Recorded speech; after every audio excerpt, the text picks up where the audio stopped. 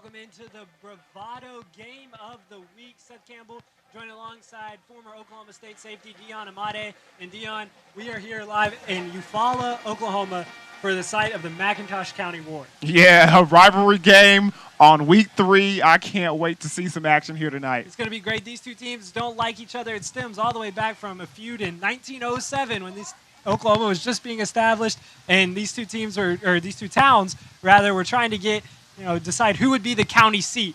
So they say that the first football game was played in 1915, and since then this is the 104th meeting with Checotah leading the series 53-49-1. So these teams have played each other a lot, and they're very familiar with each other. Yeah, we should see some good matchups here tonight with a lot of that familiarity. Yes, and before we get you any more pre-game show, we want to send you out to the field right now as we wait on the national anthem.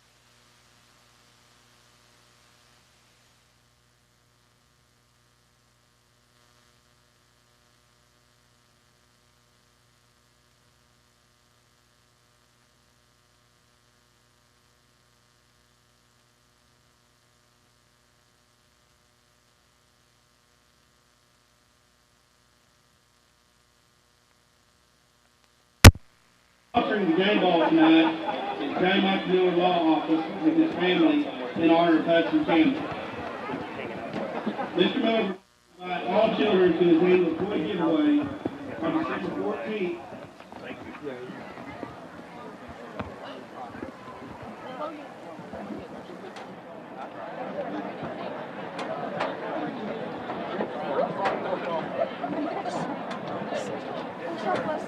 What? How are you? The crowd mic's right behind you. Be careful. Just making sure like they can't pick you up or anything. Yeah, don't do that.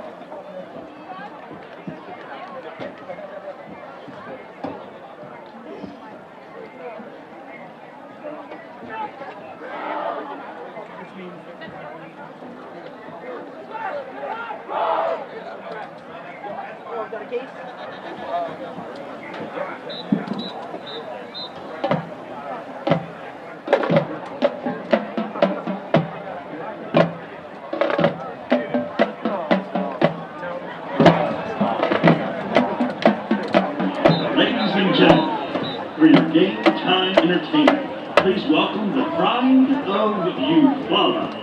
The band is under the direction of Leslie Helms, Michelle Bonner, Amber Singleton, and Nathan Bryant.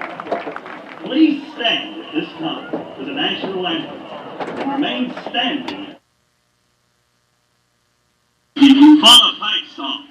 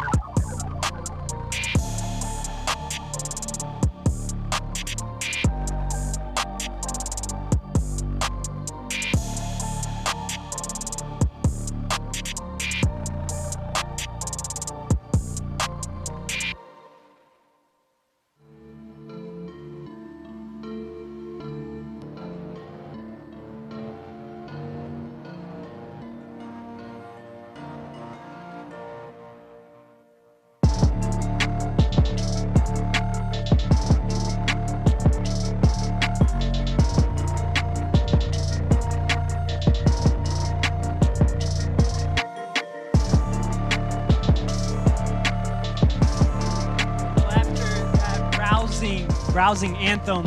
And both teams are just about set to get on the field. Dion, we got cut off, though, before we could give you some keys to the game. And, really for Checotah, it all goes through their quarterback, Jacob Barrett, Eastern Michigan commit. Exactly. An athlete, converted from wide receiver last year where he had a phenomenal season. And then they needed a quarterback this year. They graduated a quarterback. They said, hey, we're counting on you to be the leader of this team. We want you to be pressed into this role. He answered the call, so hopefully he has a good night tonight. But as far as those keys go, he's going to be one of the main players that has to execute some of these keys. Number one, turnovers. You got to eliminate the turnovers. Can't give extra opportunities for the other offense to get the football and put it down the field and get some points on the board. Number two, wrap up. There's a lot of athletes out here. You got to be able to wrap up and tackle and bring it to the ground. You got to finish the whole tackling process. The big hits aren't going to get it done. Bring them down to the ground.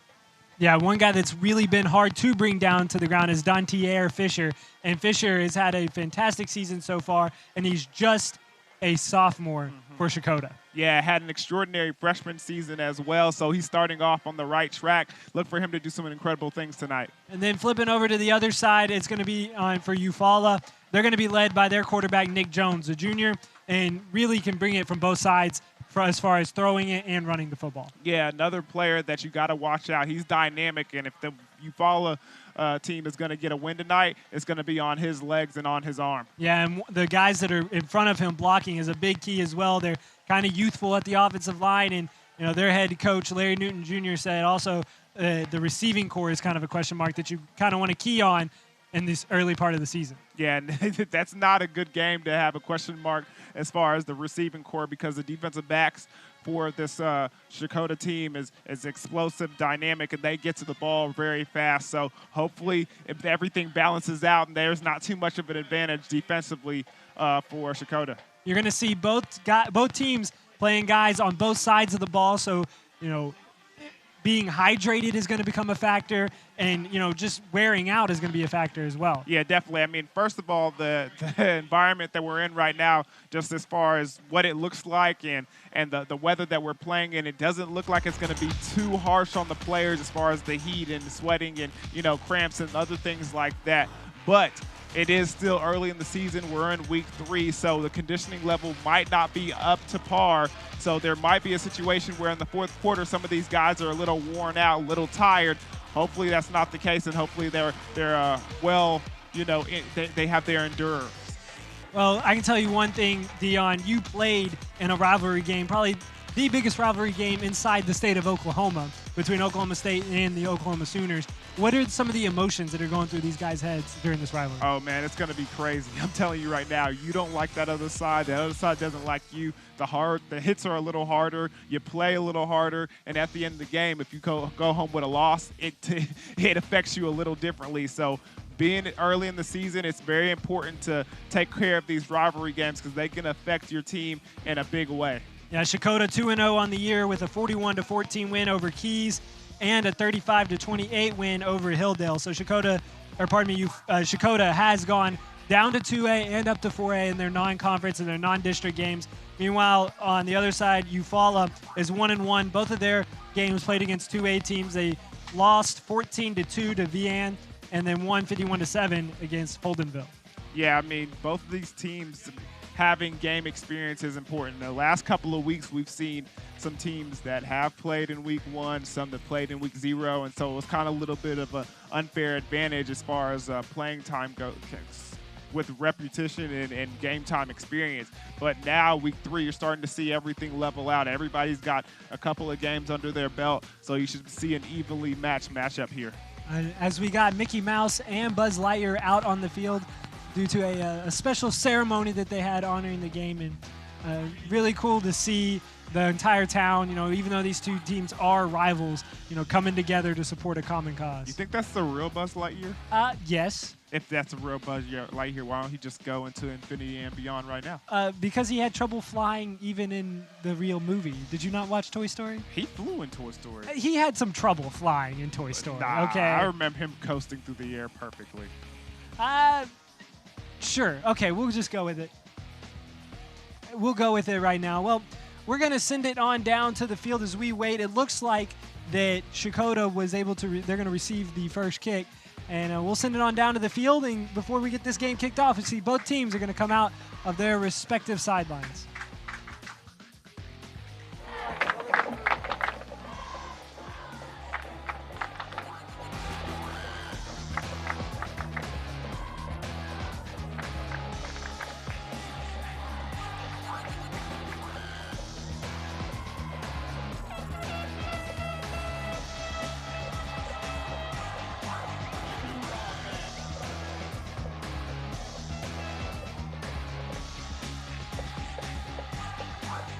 Ladies and gentlemen, our next man, get on your feet.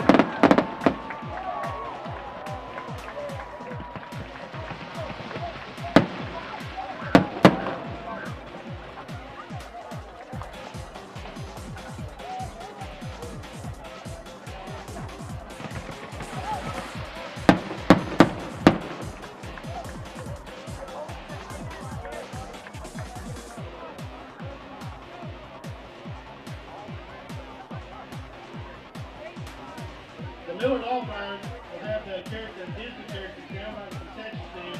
Billy and parents with their children have a picture made with them. They will be down at the concession stand.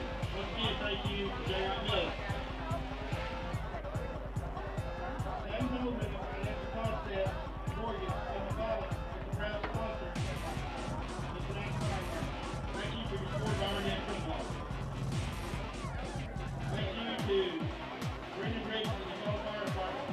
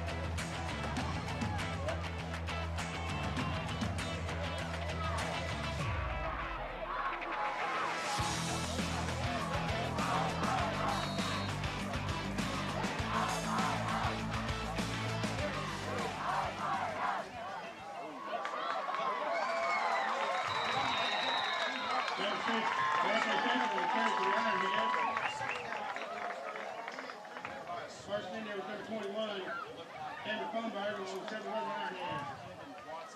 Gain of 1, but second down, 9. Welcome into Eufaula as we are underway in the McIntosh County War. Second down and about 8 as this ball is thrown incomplete, and we got a long run coming.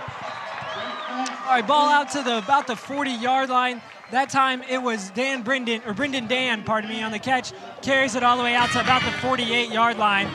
And that'll bring up a first down for the Wildcats. Checotah gets the ball first, just short of the 50-yard line. They're going to be led by Jacob Barrett, their wide receiver turned quarterback. 6'1", 175 pounds, Eastern Michigan commit. He's going to play wide receiver there. He's in the shotgun, though, with Dontier Fisher off to his right. The give is to Fisher. He runs left side, and he's got a hole. Fisher to the 35, to the 30. Nobody's going to catch him. Fisher all the way to the end zone, and the Wildcats strike first. Great run by Fisher, hitting the outside, picking up a couple of good blockers from his wide receiving core, and hits the sideline, and they ain't gonna catch him. Yeah, no, that was a great block, as you said, on the outside by his wide receiving core. That's a quick 6 for Checotah, and they really set the tempo of this game early. Yeah, especially with that first down play over there by Brandon Dan, getting up the field, making a couple of moves, getting the first down, and then also with the great block by him as well on the outside. They got a swinging gate formation here on the 2-point conversion. They're going to take it, and it looks like Barrett's going to try and keep it himself. Makes one-man miss and gets into the end zone. Eufaula had him hemmed in, and then the shiftiness of Barrett allows him to get into the end zone and give the Checotah Wildcats an 8-0 lead. Yeah, check out this replay right here. It's just excellent running by Fisher. Look at this block on the outside, and then he hits the sideline and nobody can catch him. Now Malachi Harris delivers the block that frees Fisher, and then take a look at this 2-point conversion. Wildcats swinging gate formation, just a slight hesitation, and he just pauses everybody on the defense and gets in for the touchdown. Yeah, he was right there. He was hemmed in, and it looked like Brock Willoughby was going to be able to bring him down, but he just couldn't. And that's 2 points for Checotah. And man, they've just taken the pace of this game. We're less than 2 minutes in. That didn't take them long at all, did it? They're setting the tone early in the McIntosh County War. Eufaula's going to have to look to answer, down 8-0. Hey, these two teams, they're very familiar with each other. One of the longest continuously played rivalries in the state of Oklahoma. They're about 12 miles away, give or take 15 minutes, just down Highway 69. This is over 100 meetings between these two teams, 104th meeting actually. The Checotah leads the series 53-49-1. This rivalry ranked #1 by the Tulsa World as far as high school rivalries in the state of Oklahoma. Kick is away, bounces at the 15, taken at the 10. Runs right side, is free outside the 30, and gets all the way down to the numbers at the 40-yard line. Great kick return there for Eufaula to respond. Great return, great field position. Eufaula showing that they're not going to lay down. They're going to go out here and play some ball as well. Eufaula is going to be led by Nick Jones, the junior, 6 foot, 165 pounds, and he's listed as a dual threat. He can run it and he can throw it. So we're going to see how the Ironheads answer the Wildcats' early score.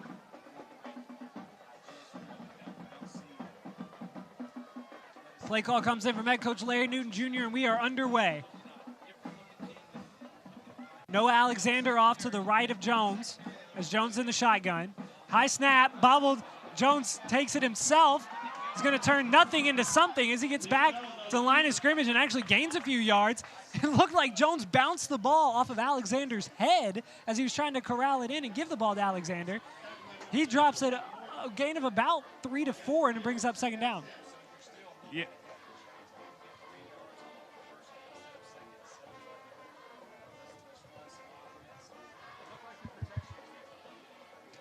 Second down, about 7. Jones hands it to Alexander this time. Alexander churning his feet forward, hits a Wildcat defender, but falls forward right to the first down marker. It's going to be close to see where they spot this one, whether they move the chains or not. And that was a great, strong run by him right there, getting right faced up with the middle linebacker, and he pushes him back, making it a very manageable third down. Yeah, this is, third down in inches. This is the definition of third down in inches here, Dion. We're going to have a timeout now from the sideline. This is an official's timeout. Looks like they're going to measure. Yeah, because it looks like that third down marker is right on the chain. Yeah, so. From our perspective, this is one of the best perspectives we are going to have of the entire game. It's right in front of us here in the press box at Eufaula, and it looks like it's a first down. If not, it's going to be really close. Yeah. And we're going to change it. It is more than a football length in front of it. If that's, I don't want to criticize the referees this early in the game, but if that's what they call a third down, we're going to have some problems throughout the game. That does move the chains. Ball just on the Eufaula side of the 50-yard line. You can hear the student section in the background getting into it. Both of these teams travel well, as I said, only about 15 minutes away from each other. Jones gets the snap, hands to Alexander, runs out, right tackle. He'll gain about 3 yards, brings up second down. Yeah, it's a good job by the defense. You see Eufaula trying to hit that outside zone right there. Nothing happening off tackle.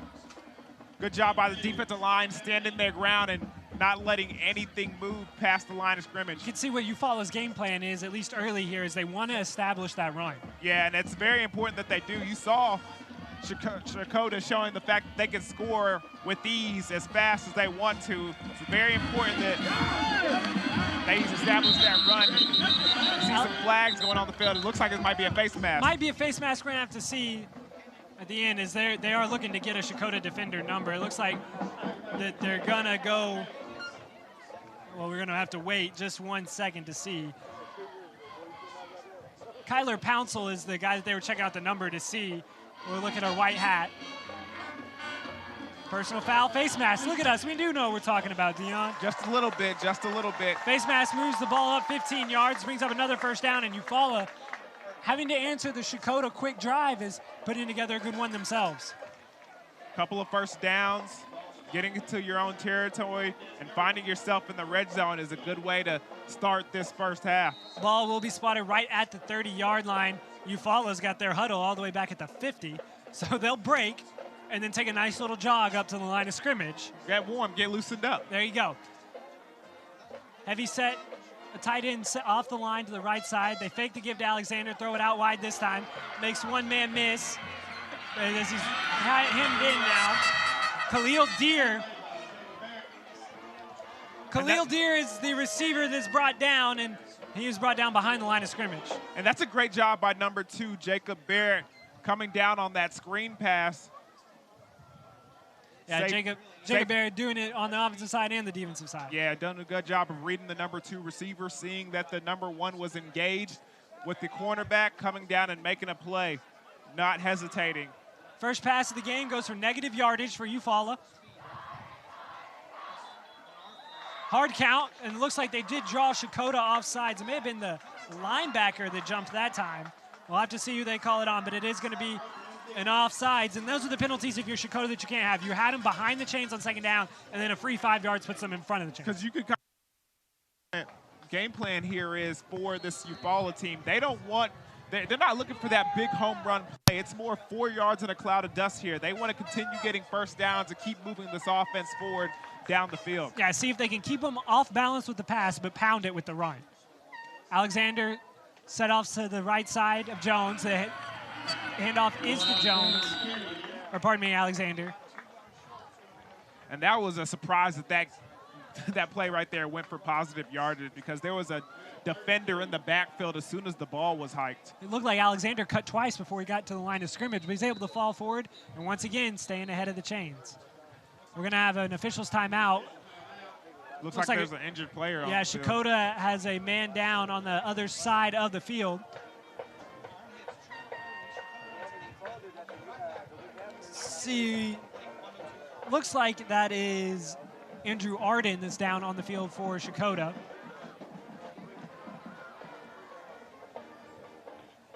Arden, 5'11", 180-pound junior. It's interesting to see the comparison between both of these offenses as far as what their first drives are looking like. I mean, you can see there's athletes on both sides of the field for each of these teams, but just a simple way of Eufaula wanting to establish the running game, and we don't know what Checotah was trying to establish, because they scored in like 3 plays. They scored way too quickly. Hey, but that's not a problem. I'm sure head coach, they'll take it further, Checotah. Looks like Jones is going to keep this one. It'll be close to the first down marker, but I think he's going to be short, and it's going to bring up a 4th down and about 1, Dion. Yeah, and that's unfortunate because he ran into the back of one of his own linemen, and then after that, a Checotah defender was able to grab a hold of him, and put him down to the grass. All right, big 4th down and 1 here for Eufaula. They've been able to establish the run early. Let's see if they go back to it or if they're going to go out wide. They have trips receivers to the far side of the field. They move Alexander over that way as well. Jones rolling to his right. He's got a man open. That ball is complete that time to Khalil Deer. Deer all the way down to the 10-yard line. Big hit there, but that's a 1st down for Eufaula. That was an excellent grab by Deer. Take a look at this replay. A swing pass. He throws it behind him. He does a great job of reaching behind him, grabbing the ball, and running over a defender and gaining some extra yards as they go all the way down to the 10-yard line. It was also a good job, like you said, by Jones of getting the ball to him, but it almost looked like Jones could have gotten him to him sooner and let his athlete on the outside there take the ball and maybe get some more yardage. Yeah, by that time, a lot of the defenders had figured out some of the plays, but still a good job of getting the 1st down. 1st down and 10. I mean, maybe 1st down and goal. It's right there, Dion. They're going to move a man in motion. Jones keeps it, though, and he's going to be dropped behind the line of scrimmage by a host of Wildcats. Yeah, just a simple zone read play, but zone read moving a little too slowly. The process taking almost a day, and some defensive lineman, number 65, Tyler Wicklock, was able to get in the backfield and bring down the quarterback. Stands are full on both sides for this rivalry game. Sun setting here as we had a little later start as Dion is yawning. He's showing the later start up here in the booth. A little past my bedtime. Already, it's only 7:30, Dion. Hey, sometimes you got to get it in. Hey, timeout from head coach Larry Newton Jr. of the Eufaula Ironheads. And we're going to take a quick break with the teams as we go 8-0 in favor of Checotah over Eufaula.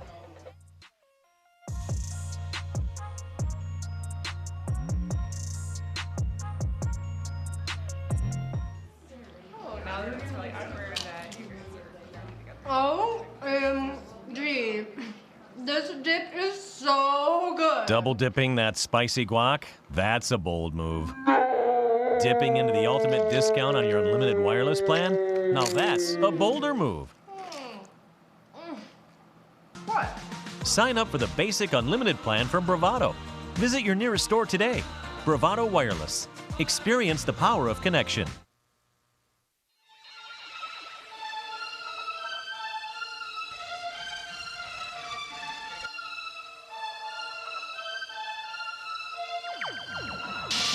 Welcome back to Eufaula. Eufaula trying to put together a drive to at least put some points on the board as they trail the Checotah Wildcats 8-0. 5:54 left in the 1st quarter. And Checotah struck quick. Eufaula's putting together more of a drive, Dion. What have you seen so far from the Ironheads? Yeah, you've seen a lot of running the football between the tackles, trying to get up the field, use their athletes, some zone reads, just like you're going to see right here. Jones keeps it at the fake to Deer. Takes it up the middle, about to the 5-yard line. He was that close to breaking the tackle and getting into the end zone. Yeah, that's a good job by the safety, making that touchdown-saving tackle. Check out the replay. Just a jet sweep zone read right here. Quarterback takes up the middle, and Jacob Barrett is able to bring him down to the turf. Yeah, Deer was in motion there, and they faked it down. You know, you talking about how well they were establishing the run, then they come out in that formation, and they don't have a running back back there. 3rd down, about 5 yards to go. Nick Jones in the gun, fakes the give again. He's going to keep it, runs right side, has space to the goal line, touchdown! Eufaula gets on the board in the McIntosh County War. Beautiful run by Jones. Yeah, check out the replay. Great blocking by the offensive line. You see everybody manned up. Jones can almost walk into the end zone there. They put a hat on a hat there, got a push, and able to get into the end zone, but it looks like they're going to go for 2 and see if they can tie this game up. All right, 2-point conversion here, Dion. You run the ball really well, but do you go back to the well there and try once again on this 2-point conversion? I almost think you got to hand the ball off here as far as you running that quarterback zone read. Jones rolls to his right. He's looking to pass. He looks for Deer. That's incomplete. Broken up that time, it looks like, by Dan Brendan for Checotah. And that's a good play by Brendan to read the eyes of Jones. Yeah, they tried that same play that they got that big first down on 4th down. See, And it doesn't work to perfection this time. Yeah, Brendan is out to the outside. We see in a different replay.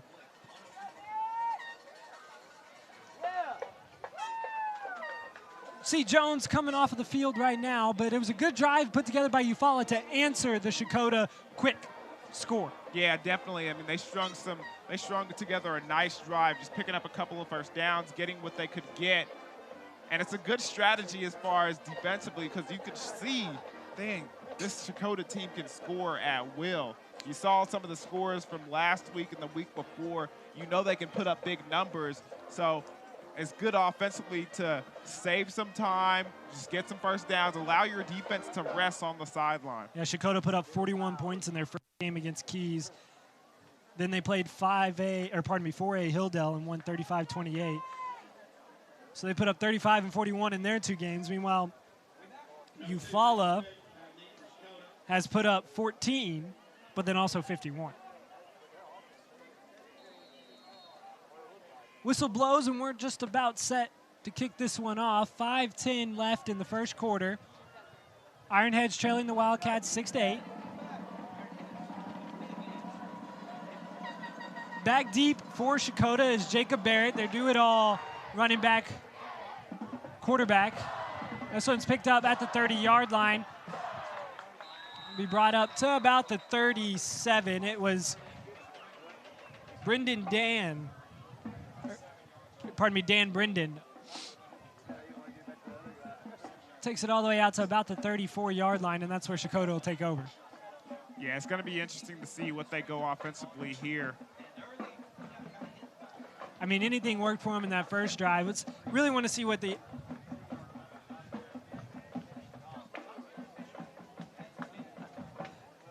go with on their second drive.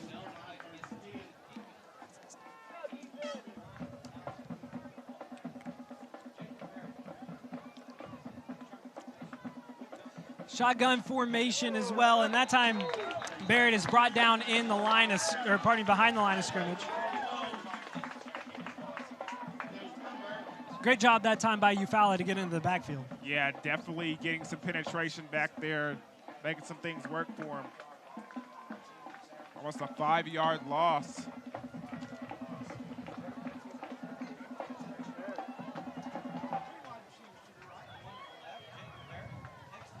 Barrett looks right side. That's Brendan Dan around the 30 to the 35. He's got a seam as he cuts back and gets all the way out to about the 46-yard line.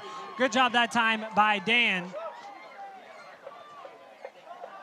And he puts the Wildcats once again into Eufaula side of the field.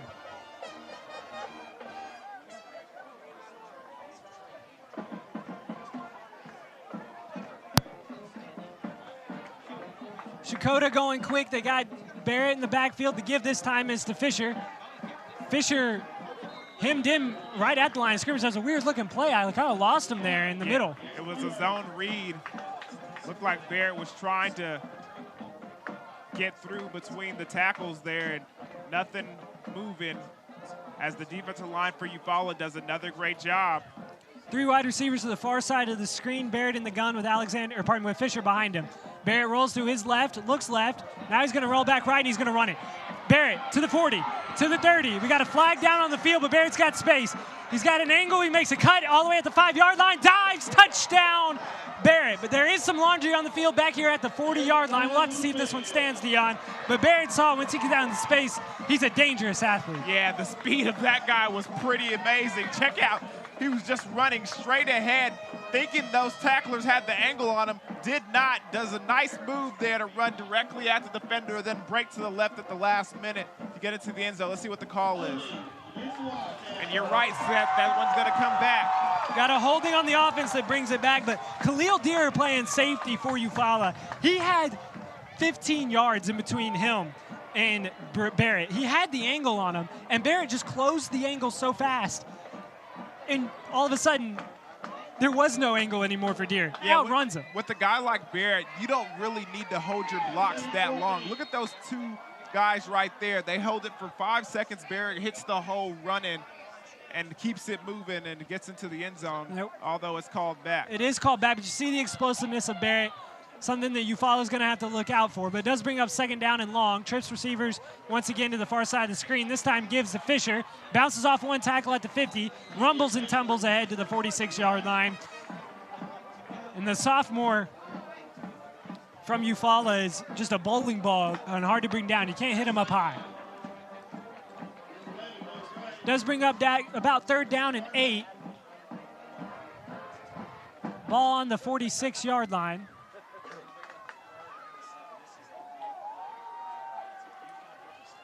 Checotah gets the play call and they come set. Trips receivers to the far side of the field once again. This has been their formation on this drive. They have not veered out of it.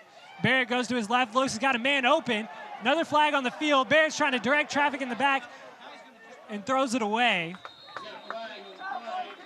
Got another flag on the play. If this is against Checotah, though, Eufaula can decline it and force Checotah to punt. Yeah, and it looks like it's going to be, I mean, especially where the vicinity of the flag was thrown, it looks like it might be a holding call. We're going to see what Eufaula decides to do. Are they going to back him up and make him go for it one more time? We saw that Checotah has big playability if they do go for it on 3rd down, but also at the same time, 3rd down and 8 kind of in no man's land. Would Checotah go for it anyway? Yeah, it looks like they're going to decline the penalty. It's going to be 4th down. Holding against Checotah is declined, brings up 4th down and 8. First 4th down that Checotah has faced today. We're going to see if they bring on the punting unit, and it looks like they will. Checotah's going to play the field position game here and see if they can pin Eufaula deep.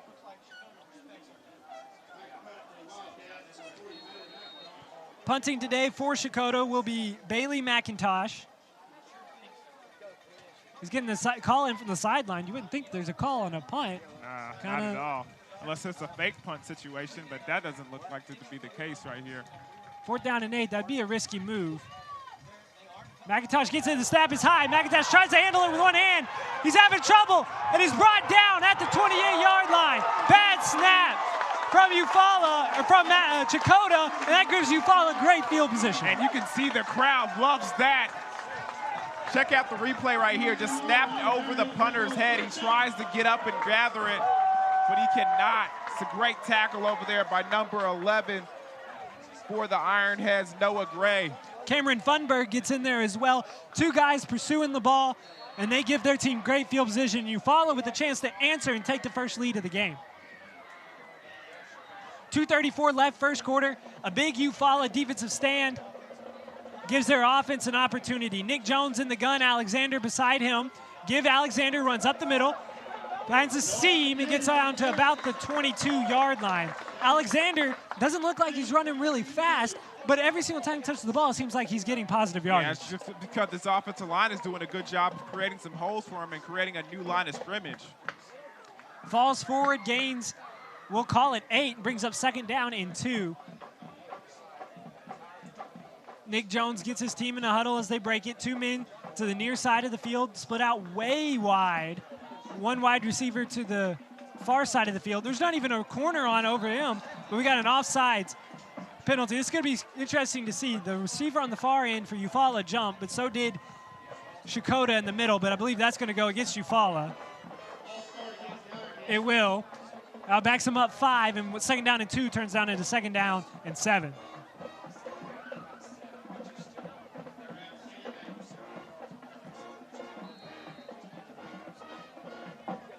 Ironhead's going to come out. Shotgun formation. Alexander to the left of Jones. They do a hard count. Now he's looking over the sideline to get the new play call. Play clock at 10. Alexander moves over to the right of Jones. Give to Alexander left side. Alexander's got a hole. Cuts back at the 25. Backs into a first down. Alexander's still able to stay on his feet even though he's facing the wrong way. Just puts this one in reverse as you see on your screen here and picks up the first down. First of all, that was a good form tackle by Barrett. Having to come up as the safety and make a play, but just strong, hard running by Alexander. You're looking at a 3-4 defense right now. And both of these outside linebackers right now running themselves out of the play by coming up and trying to contain it's going to be interesting to see how the adjustments they make after that. Jones has trouble with the snap. He keeps it, runs up the middle. Positive yardage, ball on the ground. We'll have to see if he was down first. I don't think he was. Checotah looks like they come away with it. The FAR official says that he was down. He's pointing to the ground and saying that Jones was down before he lost the ball, and that would have been a huge momentum play. I would love to see a replay on that one because I don't believe that he was.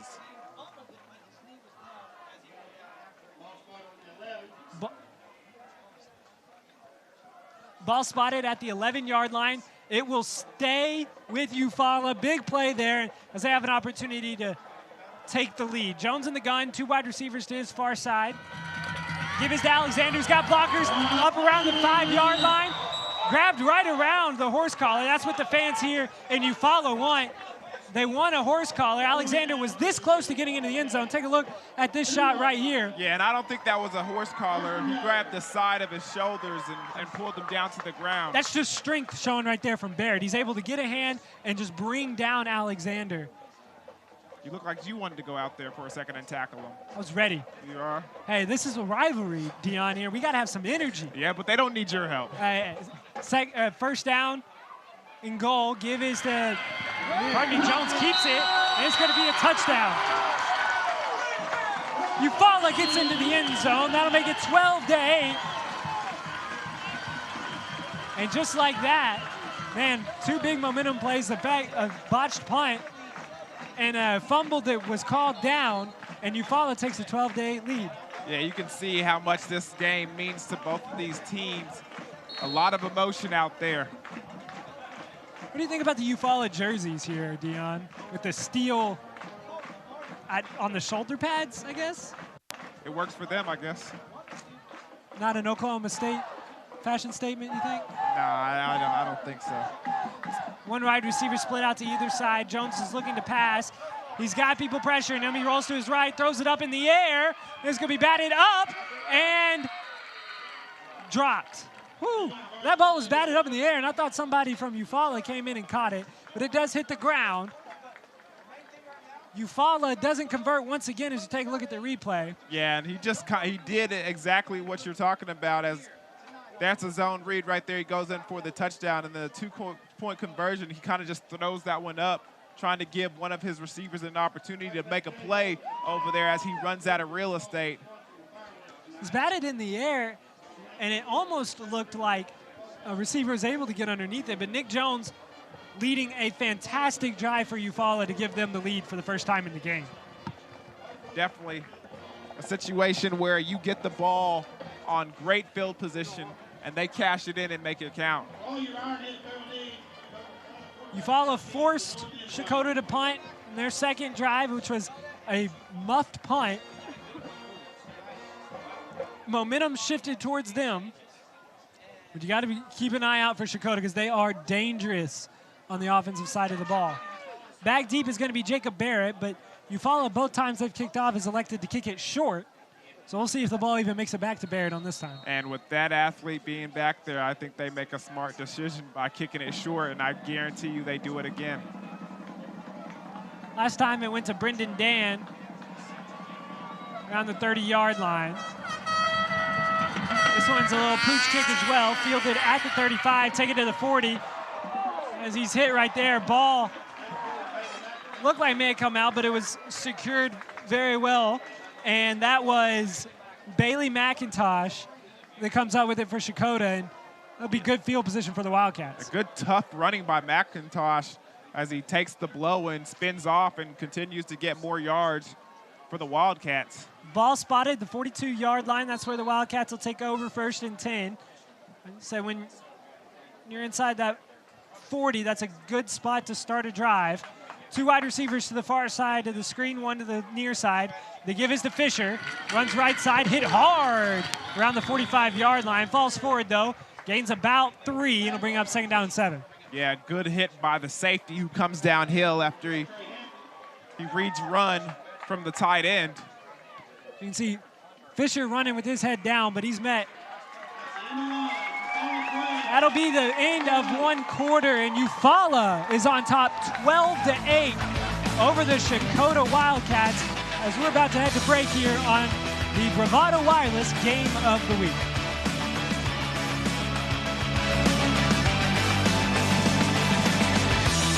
Other wireless companies need 4-page brochures to explain plans that are too complicated and cost way too much. We are not like the others. We are Bravado Wireless. We offer 1 line of unlimited talk, text, and 4G LTE data for only $40 per month, with no minimum number of lines and no hidden fees. This is your year to be bold, connect fast at the best price. We live where you live, and we are proud to be a part of your community here in Eastern Oklahoma. We are Bravado Wireless, and we believe in the power of connection. We were there when your grandparents made their first telephone call. We were there when your parents were able to choose what to watch on cable. And now, we are here for you, providing high-speed internet service to your family. There is one thing we know for sure. No matter what happens next, Cross is here to keep you connected. Cross, serving families like yours, today and tomorrow.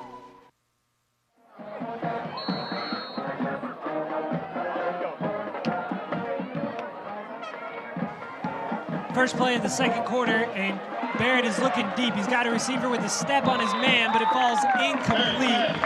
Checotah looking to go deep and make a quick play out of it.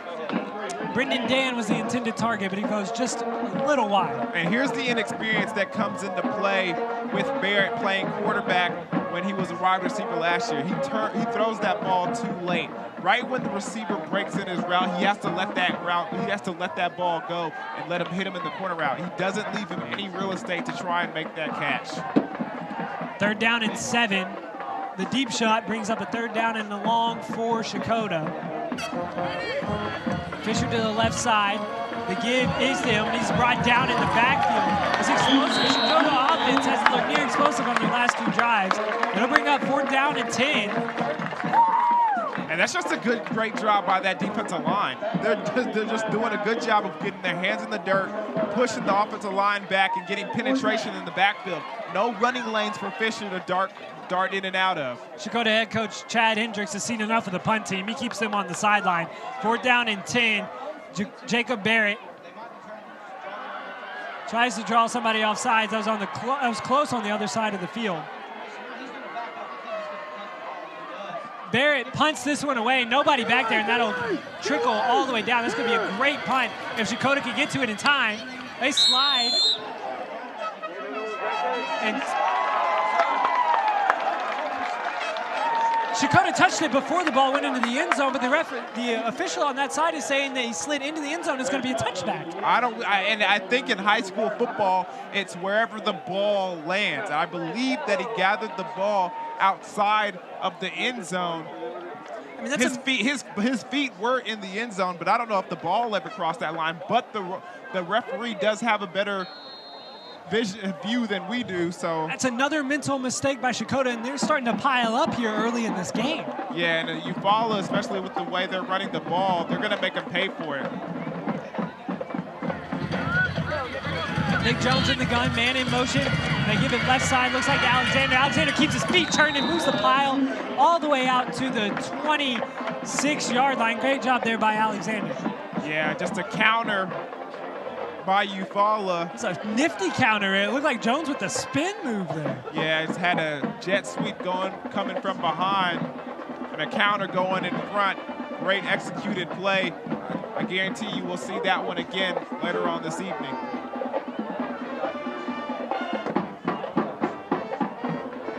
Jones is in the gun. He's maneuvering his team around. Tight end to the right side. Give it to Alexander off the right side. Makes a move at the 29, falls forward all the way to about the 35-yard line. That's another 1st down for the Ironheads. And really, this is all starting with the offensive line. It really is. Take a look at the blocking right here. Hat on a hat. Look at the blitzer come through, defeat him, and then Alexander doing a good job making one man miss. Yeah, a great job that time as well on the outside by Brock Willoughby. He has been able to seal that outside edge there. He's playing the tight end slot position, seals the edge and gives Alexander an extra few yards.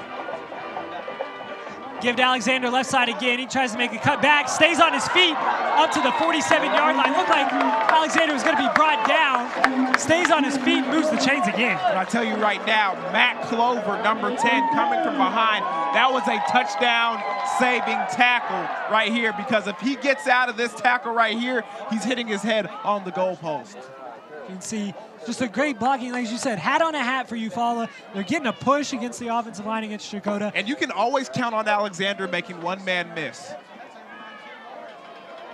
Jones in the gun. They fake the give this time. He's going to keep it running left side. Hit at the line of scrimmage, but he's able to fall forward, keeps his feet all the way to the 50-yard line. And positive yards on first down, bringing up second down and about 7 for Eufaula. And I think that's the key to this offense right now. Picking up great yardage on first down, making it a manageable second and third, and continuing the flow. Jones only attempted one pass. No, he's attempted 2 passes today, pardon me. Both of them gone incomplete. One of them on that 2-point conversion. Yes. They've tried to pass on both 2-point conversions. It hasn't worked out very well. Jones in the gun, give to Alexander left side. I mean, he's just making 1 or 2 guys miss at the line of scrimmage.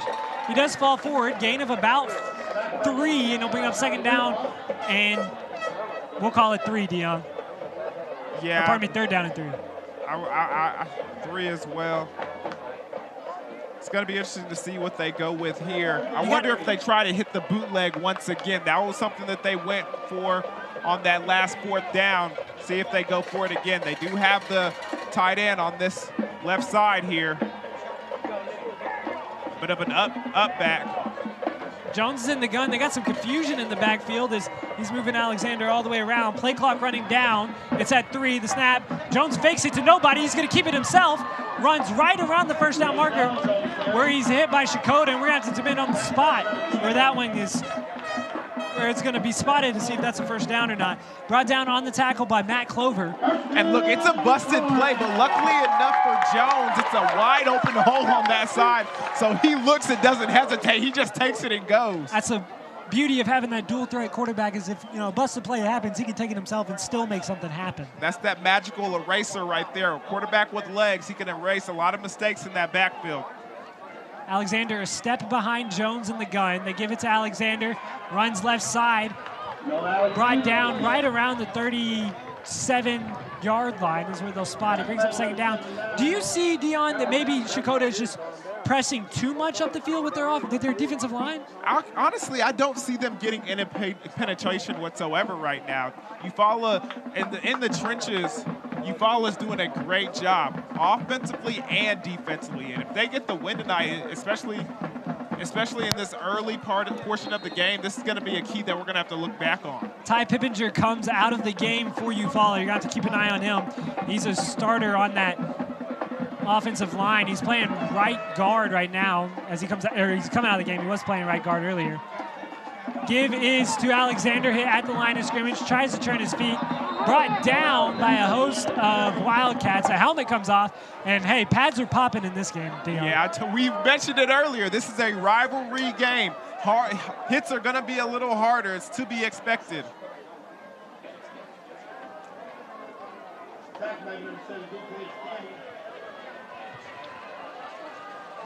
Eufaula's trying to get the call from their coach. They got it now, but the play clock's already at 15 as they break the huddle. They're going to have to hurry. Down to 10. Jones in the gun. Alexander is right. Checotah's walking up a few guys. Snap is high. That time, great penetration by Checotah. Drops it behind the line, and it'll bring up 4th down. And that was a great job over there by Kyler Pouncil is able to get into the backfield. Look, it's a zone read. The quarterback is supposed to be reading that defensive end right there. But look at the defensive end press forward at both the mesh point. Pressing at the mesh point right there, and quarterback can't make a decision. He says, you know what, running back, you take it, you get hit. Key 4th down here for Eufaula. Let's see if they can keep their offense on the field. Jones drops back. He's going to throw. He's going for the deep ball. He's got a man at the goal line. Touchdown! Touchdown, Eufaula! They go for it all on 4th down. And what a beautiful pass from Jones. He puts the ball in the air, allows his wide receiver to run underneath it, and it's a touchdown for the Ironheads. A beautiful ball by Jones to Khalil Deer. Puts Eufaula up 18-8. Deer never broke stride in that run. And once again, you said it, a beautiful ball from Jones. Hits him in stride. And hey, they're not afraid to go for it all on 4th down, are they, Dion? No, they are not. I like their style of football. 18-8, we're going to see what Eufaula decides to do this time. Up by 10. They are going to go for 2. Jones is in the gun. Alexander to his right. They've passed it on both 2-point conversions earlier. They're going to pass again. Jones looking to his right. Throw is in the end zone and in and out of the hands of his intended target. That is in the right corner here. Very difficult spot for us to see as we look at the replay here on the Bravado Wireless Game of the Week. Well, first of all, let's take one more look at this great pass from Jones to Deere. Yeah, and that's a great camera angle right there. You can see him working. Never hesitates. He's got a defender in his face. Never hesitates. Never stays ice in his veins. Takes the hit. Throws the ball on the money. See it one more time. 2-point conversions have become an Achilles heel for Eufaula so far this game. They're 0 for 3 on those, but they do have an 18-8 lead. If they keep running their offense like they are right now, they ain't gonna need no 2-point conversion. And if their defense keeps stepping up as the way they have, you know, it looked like it may be a high-scoring affair here, Dion. The first 2 drives of the game, both teams scoring touchdowns. But Eufaula's defense has really, you know, stiffened their neck and not allowed Checotah to get anything going. Yeah, definitely the case right now, and it's been all one in the trenches. Defensive line doing a good job, not budging. Checotah Wildcats can't run the football right now, and if you can't run the football, you can't set up your play action, you can't set up your offense at all. We're at Paul Bell Stadium for the McIntosh County War between Checotah and Eufaula, and right now Class 2A Eufaula is all over Checotah, 18-8. 18 unanswered points for the Ironheads. Beautiful pass from Jones to Deere puts the Ironheads up 18-8, and the Wildcats are going to have to respond. This is a little pooch kick out to the 40-yard line, handled there at the 35. Makes one man miss, and he's got space all the way out to the 40. It looks like Malachi Harris. Harris, man, he showed off a burst of speed there at the end. Yeah, he certainly did. I thought he might have been able to take that one to the house. Good, luckily enough for Eufaula. Had a defender in the area. He gets it right at midfield is where they're going to spot him, or maybe a yard short. Would have been too poetic for it to be right at midfield, Dion. Checotah needs to answer here. 6:02 in the second quarter, and you know, you want to talk about how well Eufaula has done on offense. They've done a fantastic job. They've also been able to keep the Checotah offense off the field. Jacob Barrett in the gun. Fakes the ball to Fisher, gives it wide outside to Brendan Dan. Brandon Dan brought down right around the 50-yard line, but there is a flag. It might be a holding. There was some blocking by the wide receivers down the field. Take a look right now at our white hat. So it's going to go against Eufaula, holding, and it looks like you're going to be exactly right. Matt Clover on the outside there, a receiver for Checotah. And Checotah, I mean, one time after another, just keep shooting themselves in the foot. Yeah, I mean, they started this game off with a burst of emotion and some firepower, and they've been held here and shut out after that drive. A hard count from quarterback Jacob Barrett, and that does draw a flag. It looks like Eufaula jumped off sides. It's going to go against Eufaula, so they're going to get half that holding penalty back anyway. So first down and 20 turns down to first down and 15 for Checotah, and you know, you'll take any yards at this point if you're the Wildcats. Twins receivers split to either side of the field. Barrett in the gun with Fisher beside him. It's going to be Barrett that keeps it himself. He gets outside the 50 to the 45, brought down right around the first down marker. Barrett, once he gets into space, though, he's dangerous. He definitely is. You can see the speed difference between when he's going full speed or when he's looking for a hole. Check this out right now. Just a quarterback zone. He was probing until the very end, puts his foot in the ground, decides to go north and south, and really accelerates. It picks up 9 yards on the play. Brings up second down and about 1 yard line. Barrett in the gun. Fake the give to Fisher, and he's going to keep it himself. Hit right at the line of scrimmage. Great tackle that time by Eufaula. He's going to be short of the first down. And I thought he might have got it on the initial run, but the middle linebacker comes out of nowhere and stones him right there at the line of scrimmage. Briar Schweitzer, one of the guys in there on the tackle for Eufaula, trips wide receivers to the near side of the field. They've thrown a screen pass, and they've also faked a screen pass on his 3rd down and short. We'll see. I got to believe they got to give it to Fisher, though.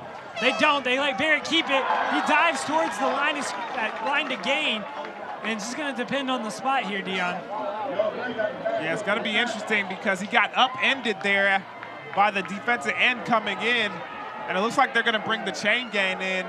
They're going to stop measure this one. Hey, so far the officials don't have a very great record bringing in the chain gain here. They were off by quite a bit last time. So it looks like they're gonna say we don't need y'all, and they're gonna call that one a 1st down. They do move the chains. The keeper by Barrett accomplishes its goal. The nose of the ball right on the 40-yard line, just to the left side of the midfield. Twins receivers are split out to either side, and Barrett really hasn't shown that he can throw the ball yet, so we're still waiting to see what he's got here. Now he drops back. Pass complete to the 30-yard line, the 35-yard line, makes one man miss all the way out to the 30. Brendan Dan seems to be the favorite target of Jacob Barrett.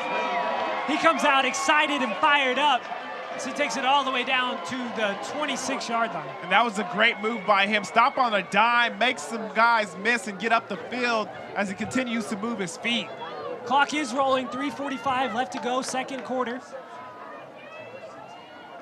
Jacob Barrett in the gun, Dontier Fisher beside him. They're going to let Barrett keep it once again, met right at the line of scrimmage. Great job there by Eufaula. And it's just the defensive line getting off their blocks. It was a great play that time by Kendon Watson, able to stop Barrett at the line of scrimmage, brings him down, brings up 2nd down, and about 8. Yeah, that QB draw isn't working as well as you would think it would be, especially with Jacob Barrett's athletic abilities. Yeah, and Dontier Fisher's back there as well. They really haven't been able to utilize him as they give it to him right here, and he's met at the line of scrimmage. Great wrap-up tackle that time by Eufaula. Trey Hampton on the tackle is able to bring him down. And, I mean, just a fantastic job of just getting his hands in there and not letting go. Yeah, just, again, linebackers getting in there and defensive linemen getting off their blocks to make a tackle in the backfield. 3rd down and long for Checotah. Barrett rolls to his right, looking. Now he's looking back to his left. He throws it into the end zone, way overshoots his receiver. And that'll bring up 4th down. It looked like Barrett didn't know where to go with the ball. There was a miscommunication there between the quarterback and the wide receiver. Wide receiver breaks off his route, and the quarterback is looking for him to continue going deep. But it looked like the play was designed to go to the right side, but Barrett put on the brakes and decided to come back left. He had 3 receivers to that side. Meanwhile, he only has 1 over here to this side. Well, most of the time, and design plays, they put trips over here to the wide side of the field, try to get their best receiver singled up, and try to take advantage of it. 4th down and 10. Twins receivers to either side. Barrett in the gun. He's rolling right, looks back left. Now it's a busted coverage. Barrett's just going to have to throw this one up. It's batted down. Pass intended for Trenton Dan is batted down, and Eufaula will take over with 2:16 left to go in the 2nd quarter. And that's just a good stop. A good defensive stop by Eufaula. Eufaula bends but doesn't break there. They allow Checotah to get down all the way to their 26-yard line before they come up with the stop. And Eufaula, you know, they've been very meticulous with their drives. 2:16 left to go. Do you try and kind of go away from your game plan and air this one out to see if you can get another score? I think you have enough time here to run your offense. But you are going to have to make some explosive plays, take some chances, take some risks. We'll see where they decide to execute that. 1st down and 10, ball and 26. They give to Alexander running right side. This time, there's not a lot of running for Alexander. Brought down, maybe a gain of 1. 2nd down, about 9.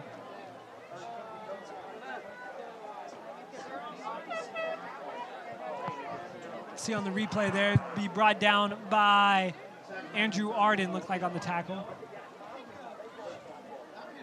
especially the place that Eufaula's on at the field right now, you want to see if you can take a chance and get into scoring position, but especially where you are right now, you want to waste some time on the clock because you don't want to give the ball back to this Wildcat offense with enough time to score. Yeah, they take it they play clock all the way down to 5 before they snap it.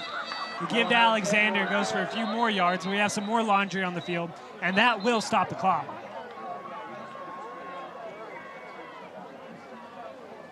Look at the zebras in the middle of the field to decide who this one is going to go against.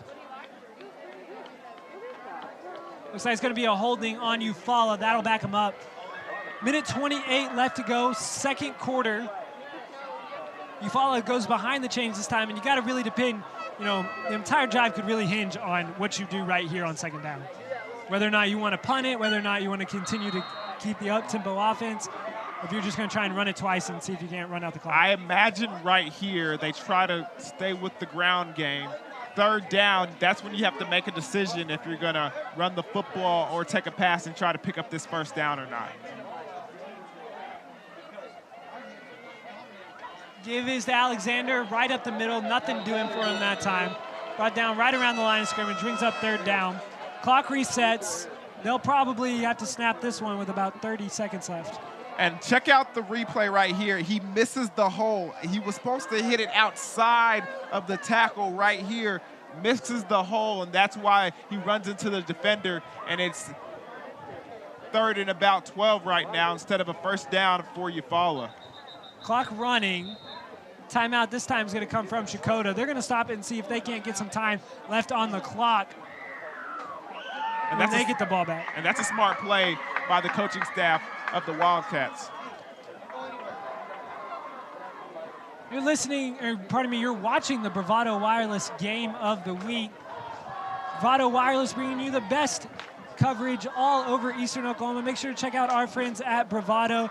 They're bringing you all kinds of wireless coverage, unlimited internet. You know, if you need a phone, there's a new iPhone out. If you want that new iPhone, our friends at Bravado can get it to you, and for a fantastic price. Bravado Wireless. Check them out. BRAVADO wireless.com. That is not that is Bravado, not Bravado, in case you're wondering. Like some of the people were coming up here asking us about. Bravado, I don't know who would call it. Bravado. I can't even say it anymore. Yeah. I don't even know. I don't even know who would say that. Oh, no. All right, 39.6 to go, 18-8. Our good friends at Bravado are bringing us this game, as I said once again. Hey, we're going to be a good game that is too. Yes, we're going to be doing these games all throughout the year, so make sure to stay tuned with us all throughout the year. We're traveling all around Eastern Oklahoma.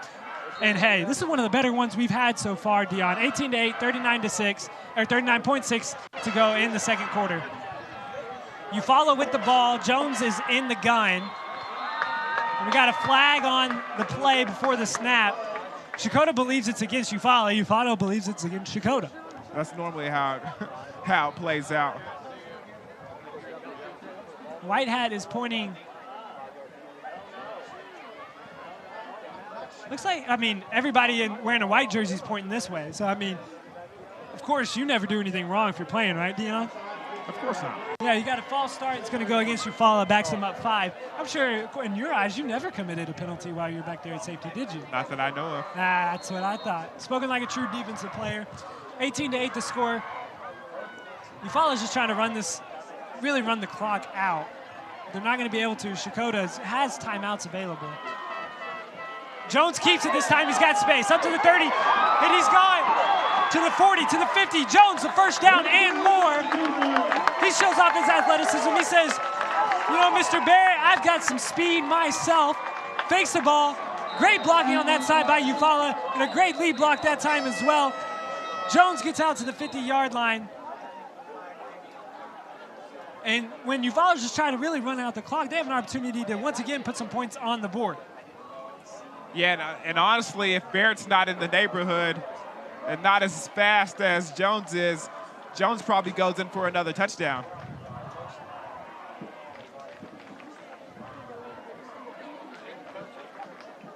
Let's take a look at our White Hat. We got it's a personal foul, pardon me, against Eufaula.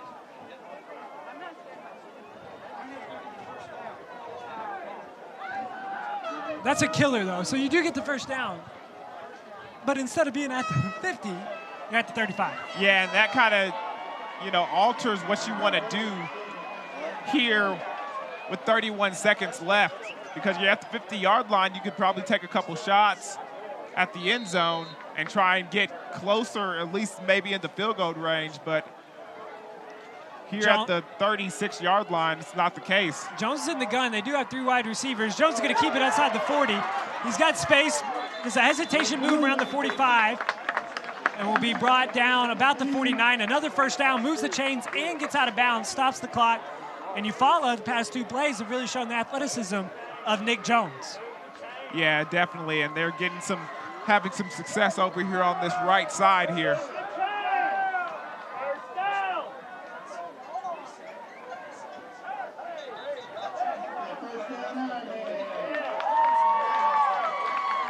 The chain gang was a little slow in moving there, but they got everybody situated now. 27 seconds left, 18-8.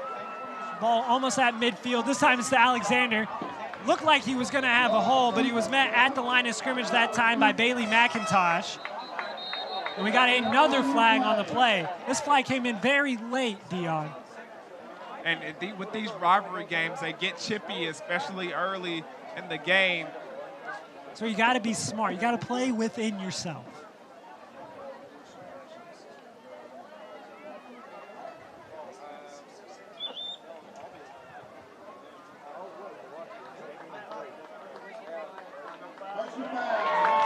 Personal foul. This time is going to go against Checotah. That's a free 15 yards for Eufaula. That's going to put them well into Wildcat territory. And with an opportunity with their timeouts and 17 seconds left, they can take a few shots at the end zone. Yeah, I imagine they will. I mean, Jones showed the ability to throw the ball deep before. Why not give him a shot to throw it again?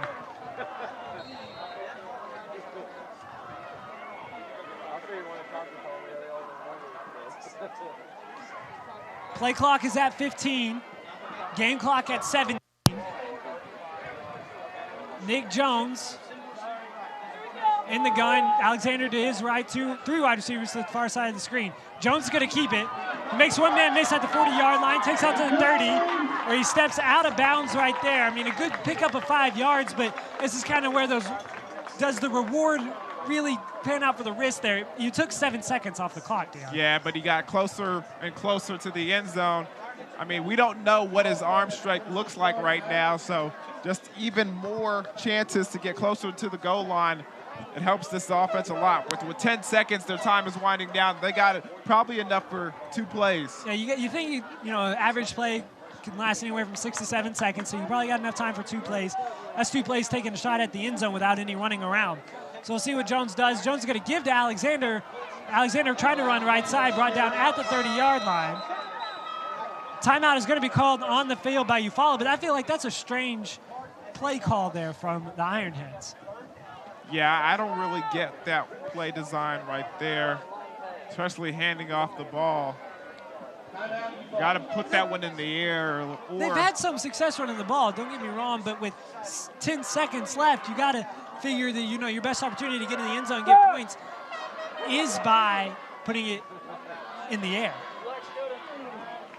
I mean, I understand that you've had a lot of success running the football, and it seems right now what you're telling us is you don't trust your passing game. This game brought to you by Bravado Wireless. Bravado Wireless, your Eastern Oklahoma wireless carrier. Make sure to stop in today and see our friends at Bravado Wireless. Go to bravadowireless.com. They got the new iPhone. iPhone 11. Should make sure to check it out. So did they go with iPhone 11 or is it like XIVWYZ? I think they just went with the simple 11. Oh, so I'm not very good with my Roman numerals, as you can tell. iPhone 11 Pro. Hey, they have them at Bravado. 4.1 seconds. Now, sure, you ran it last time. You gotta believe this one's going in the air and just being thrown up to the end zone. Looks like they got trips. Trips are going to be to the far side of the field. Tyler Lee's in the gun. It's going to be Jones going to keep it himself. He'll be brought down right around the 30-yard line, and that'll end the second quarter. A very strange ending to the second quarter for Eufaula, but a very strong showing by the Ironheads. Give them an 18-8 lead as we head into halftime here on the Bravado Wireless Game of the Week. Stay with us. We're going to have band performance here at halftime, but your score from Eufaula Ironheads 18, Checotah Wildcats 8.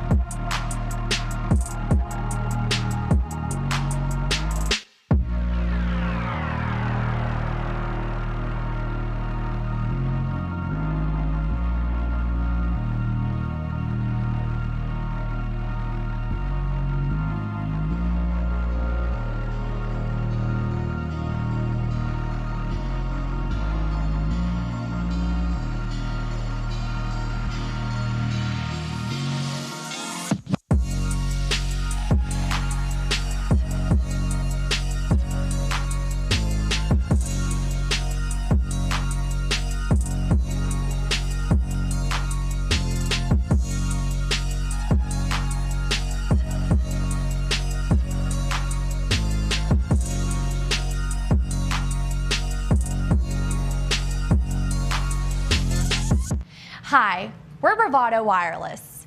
You may have seen us at your local events and wondered just exactly what we do. We provide the highest quality cell phone service, specializing in outstanding coverage, both locally and nationwide. We're headquartered right here in Oklahoma, with multiple store locations in eastern Oklahoma.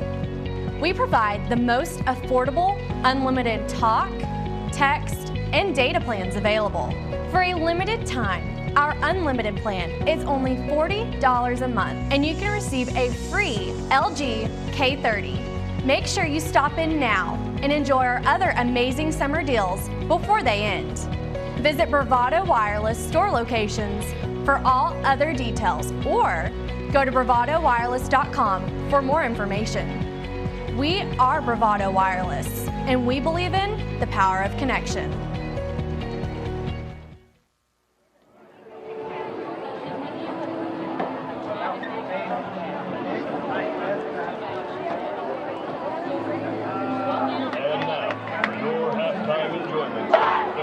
Of Checotah presents Siren Songs.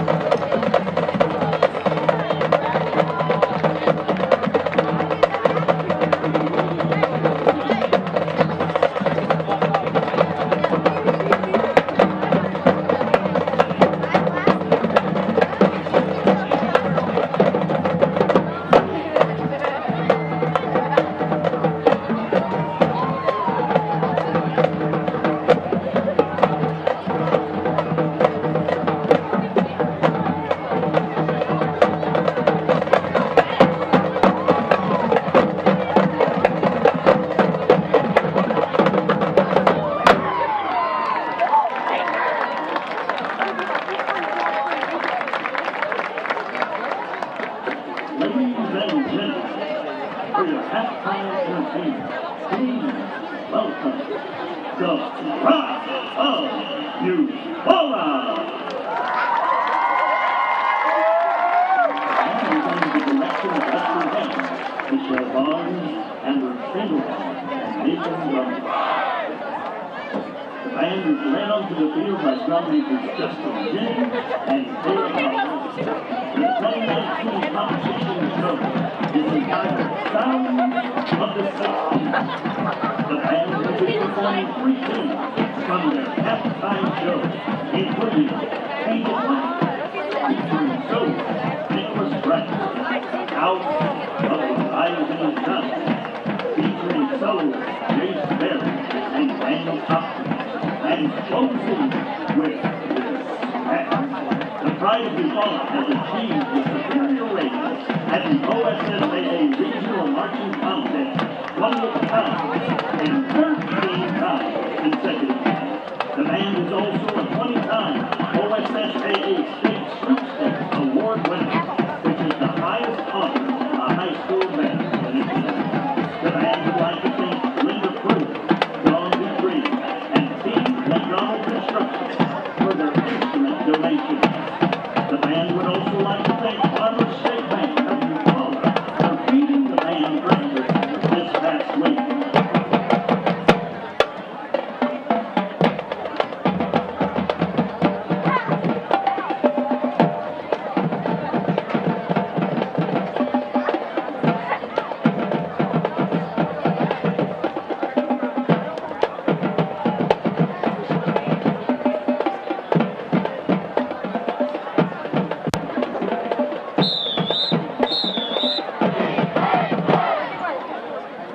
Drum Major, is your band ready?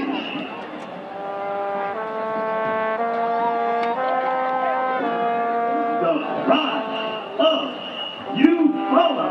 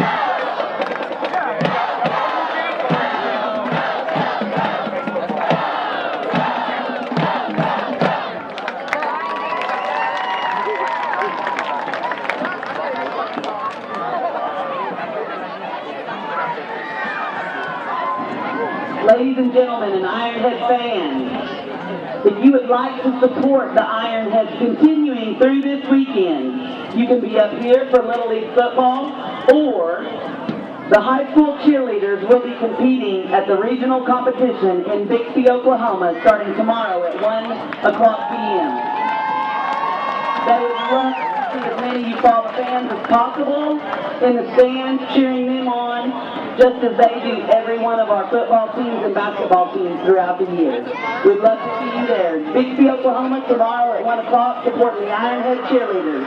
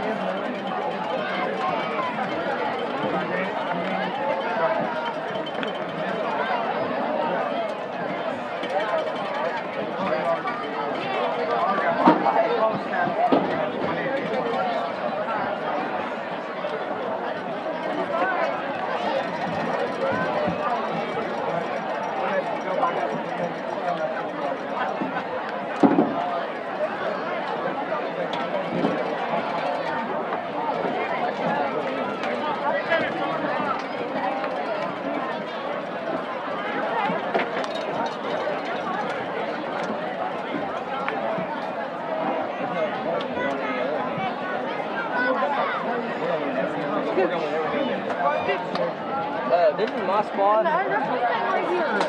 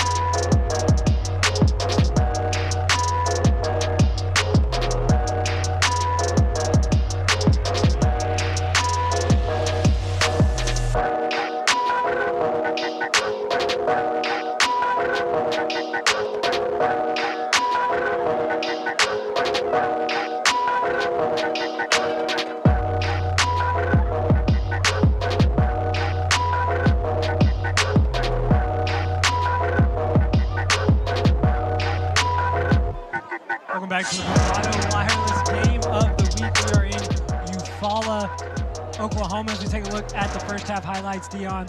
It started out quick for Checotah, but then Eufaula answered and kept on answering. Yeah, right there you saw Mr. Dan on the second play from scrimmage in the game, getting down the field and making some nice moves, getting up the field and picking up some big yards for this Wildcat offense. And then you're going to see the touchdown here from Mr. Fisher. He picks up a good block on the outside, hits the sideline running, and doesn't stop till he reaches the pylon for the Wildcat touchdown. Yeah, and then they run a swinging gate formation here.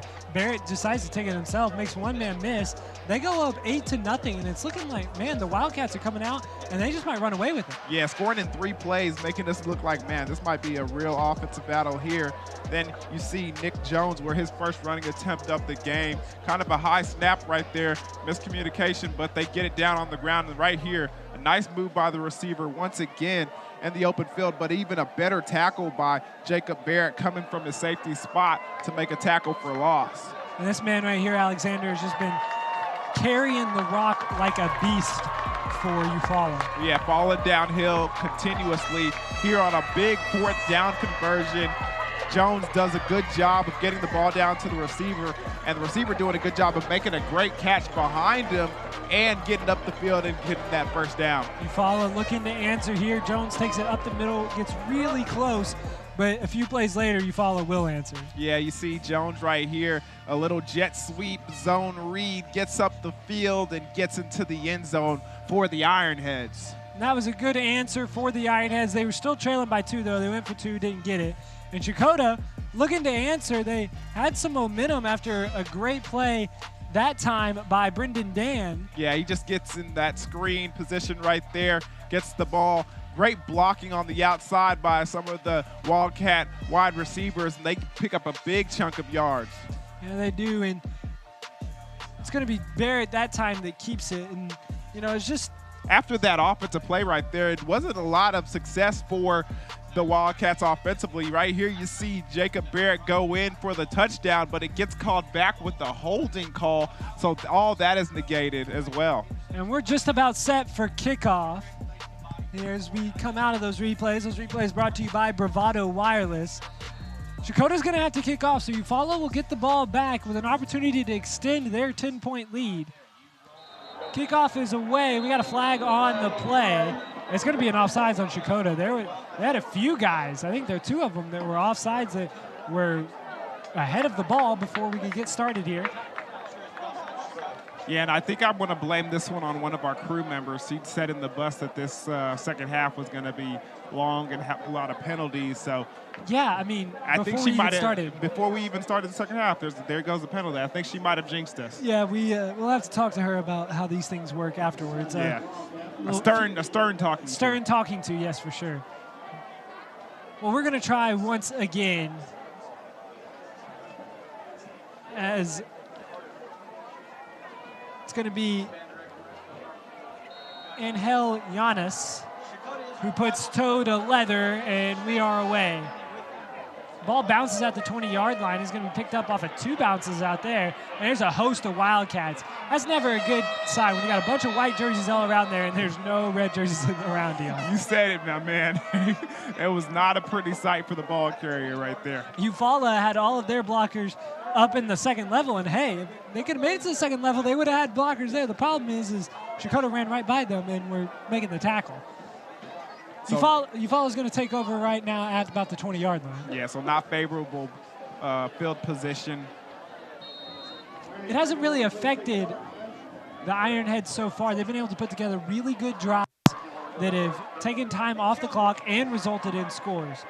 Nick Jones gets in the gun. They run a fake counter around. This time the give is to the running back around the outside. Be brought down around the 24-yard line. Yeah, and a nice reverse to start off the game. They've shown and faked that throughout the game with a little counter coming back towards it. This time they actually hand the ball off on the reverse, and he just uses the speed to get around the corner. Khalil Deer there able to get to the outside, and he picks up a positive yardage, and you know the key really for Eufaula that entire first half was staying in front of the chains. Yeah, exactly, especially on first down, picking up 5 or 6 yards, really making it a manageable situation on third and second down. Jones fakes the handoff, keeps it himself, doesn't really find any running room. Stutter steps behind the line of scrimmage. Be brought down right around the line of scrimmage, brings up 3rd down and 6. Yeah, great tackle over there by number 13, Andrew Arden, to come off the edge and make a tackle from his outside linebacker position. 3rd down. Brings up about 6, maybe 5. Eufaula needs to convert here. Keep this drive alive. 3 down linemen for Checotah. Both outside linebackers walked up on the line of scrimmage. Jones gets the snap. He's going to look to throw.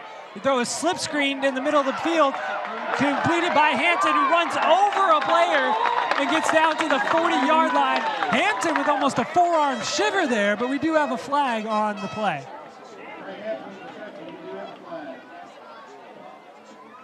Yeah, I do think it might be too many. There was offensive line too far down the field. Well, the call is going to be a holding, but I kind of saw what you saw there as well, Dion, is they had, you know, if they got away with the holding, they were going to probably have another penalty anyway for an offensive lineman too far down the field on a pass play. That is going to bring them back to the 22-yard line, so it brings up 3rd down at about 9. And a positive play, once again, for Eufaula gets drawn back. We'll have to see what they answer with here. 2 wide receivers to either side of the field, but they're at tight end. It's a bunch set for Eufaula. Jones gets the snap, looks left, fires left, got a man, Hampton, right around the 25-yard line, but it'll be brought down there. Big play there from Checotah. They bring him down well in front of the chains and brings up 4th down. That's just a good job by the safety coming down. Cover 4. The tight end enters his zone, comes down hard and tackles him even harder. This is going to be a strange stat here, but we're 10-17 left to go in the 3rd quarter. Dion and Eufaula, they haven't punted yet. So this will be their first punt of the game. Impressive. Ball just gets away. Barrett's going to, looks like he wants to take it on a few hops, but he's going to let it roll. It'll go all the way down to the 36-yard line. Dion throws up his hands here in the booth. Why don't you let that one roll? You got to let that one roll and give your defense even more yard to defend. Why would he touch that? It may have been just a yard or two, but take the yard or two, right? You don't touch that ball until you have to. Spoken like a true defensive player here. Seth Campbell joined alongside Dion Amade, former Oklahoma State safety. He knows all too well about rivalry games, and we have a good one here in McIntosh County. Certainly do, as this Checotah offense takes the field. Checotah's going to look to respond. They did a fantastic job on their first drive of the first half. Let's see what they can do on their second half drive. They got trips receivers to the far side of the field. Handoff this time is faked. It's going to be kept by Barrett, and he's got space right around the 40 up to the 50. Brought down right there at a 50-yard line.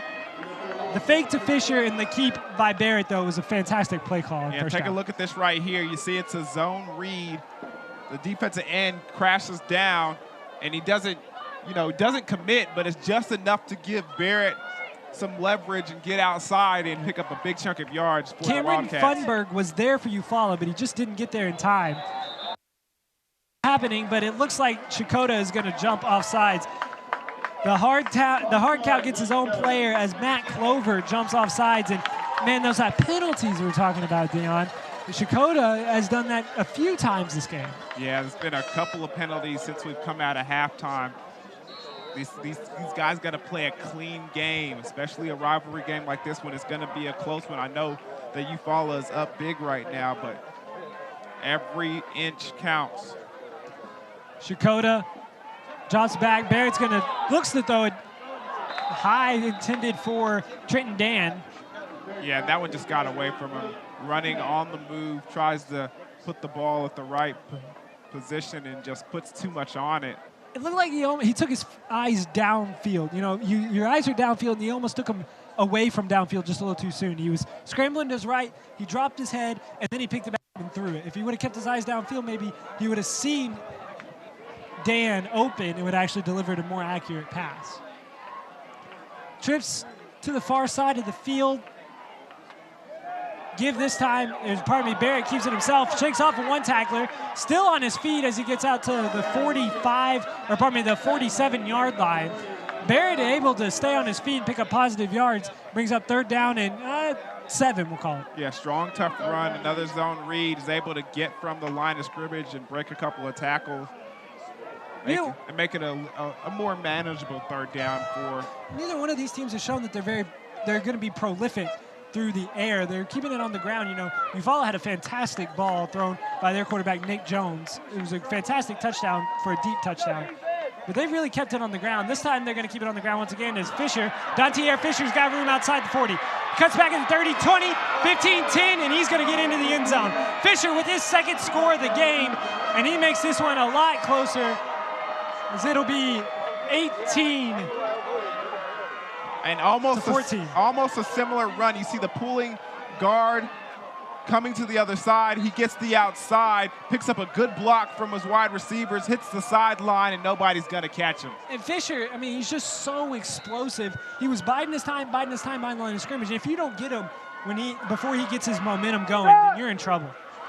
Swinging gate once again. They actually throw it this time. Dan is going to be brought down short. The snap was to Dan. It was that swinging gate snap out to the outside. Dan couldn't get in the end zone, though, so good job by Eufaula. But the touchdown does count, and Checotah cuts the lead to 18-14 in favor of the Ironheads. Great run there. As you see on the replay, brought to you by Bravado Wireless. Great run by Fisher, and you can just tell he's an explosive back. Yeah, I mean, once he hits the outside, hits the open field, the speed is it's prevalent. Look at this right here. He takes his time, patient running, then hits the outside, picks up great blockers from the wide receivers, and hits the pylon with ease. Yeah, as I was saying, biding his time until he found that hole, puts his foot in the ground, gets north-south, and he is quick to the end zone once he does that. 8:51 left to go, third quarter, and 2 touchdowns have been scored by Checotah, and all of a sudden what seemed like a comfortable lead for Eufaula has cut down really to a 4-point lead that you don't feel comfortable at all. Nah, you can't be, especially with the way your defense was playing in the first half and what they came out with this time. It can't be a confidence builder for your team. And you just had to think maybe it was a moment of, until Checotah was able to explode. They averaged 40 points a game last year, around 40 points a game, and then they were able to score just 41 points in their first game and then 35 in their second game. So 2 really big points games where they scored a lot of points, pardon me. And, for Eufaula to hold them to 14 even in the third quarter is good. This is going to be taken by Eufaula around the 25, brought up to the 35-yard line. Yeah, just a good job by Travion Nix just grabbing the ball and picking up some good yardage and getting what he could get for the Ironheads. Puts his head down, shakes off one tackler, gets out to the 35. And you got to believe this is a big drive for Eufaula. Kind of the momentum coming out of the second half is in favor of Checotah. They were able to come up with a stop, force their first punt of the game, and all of a sudden it's 18-14.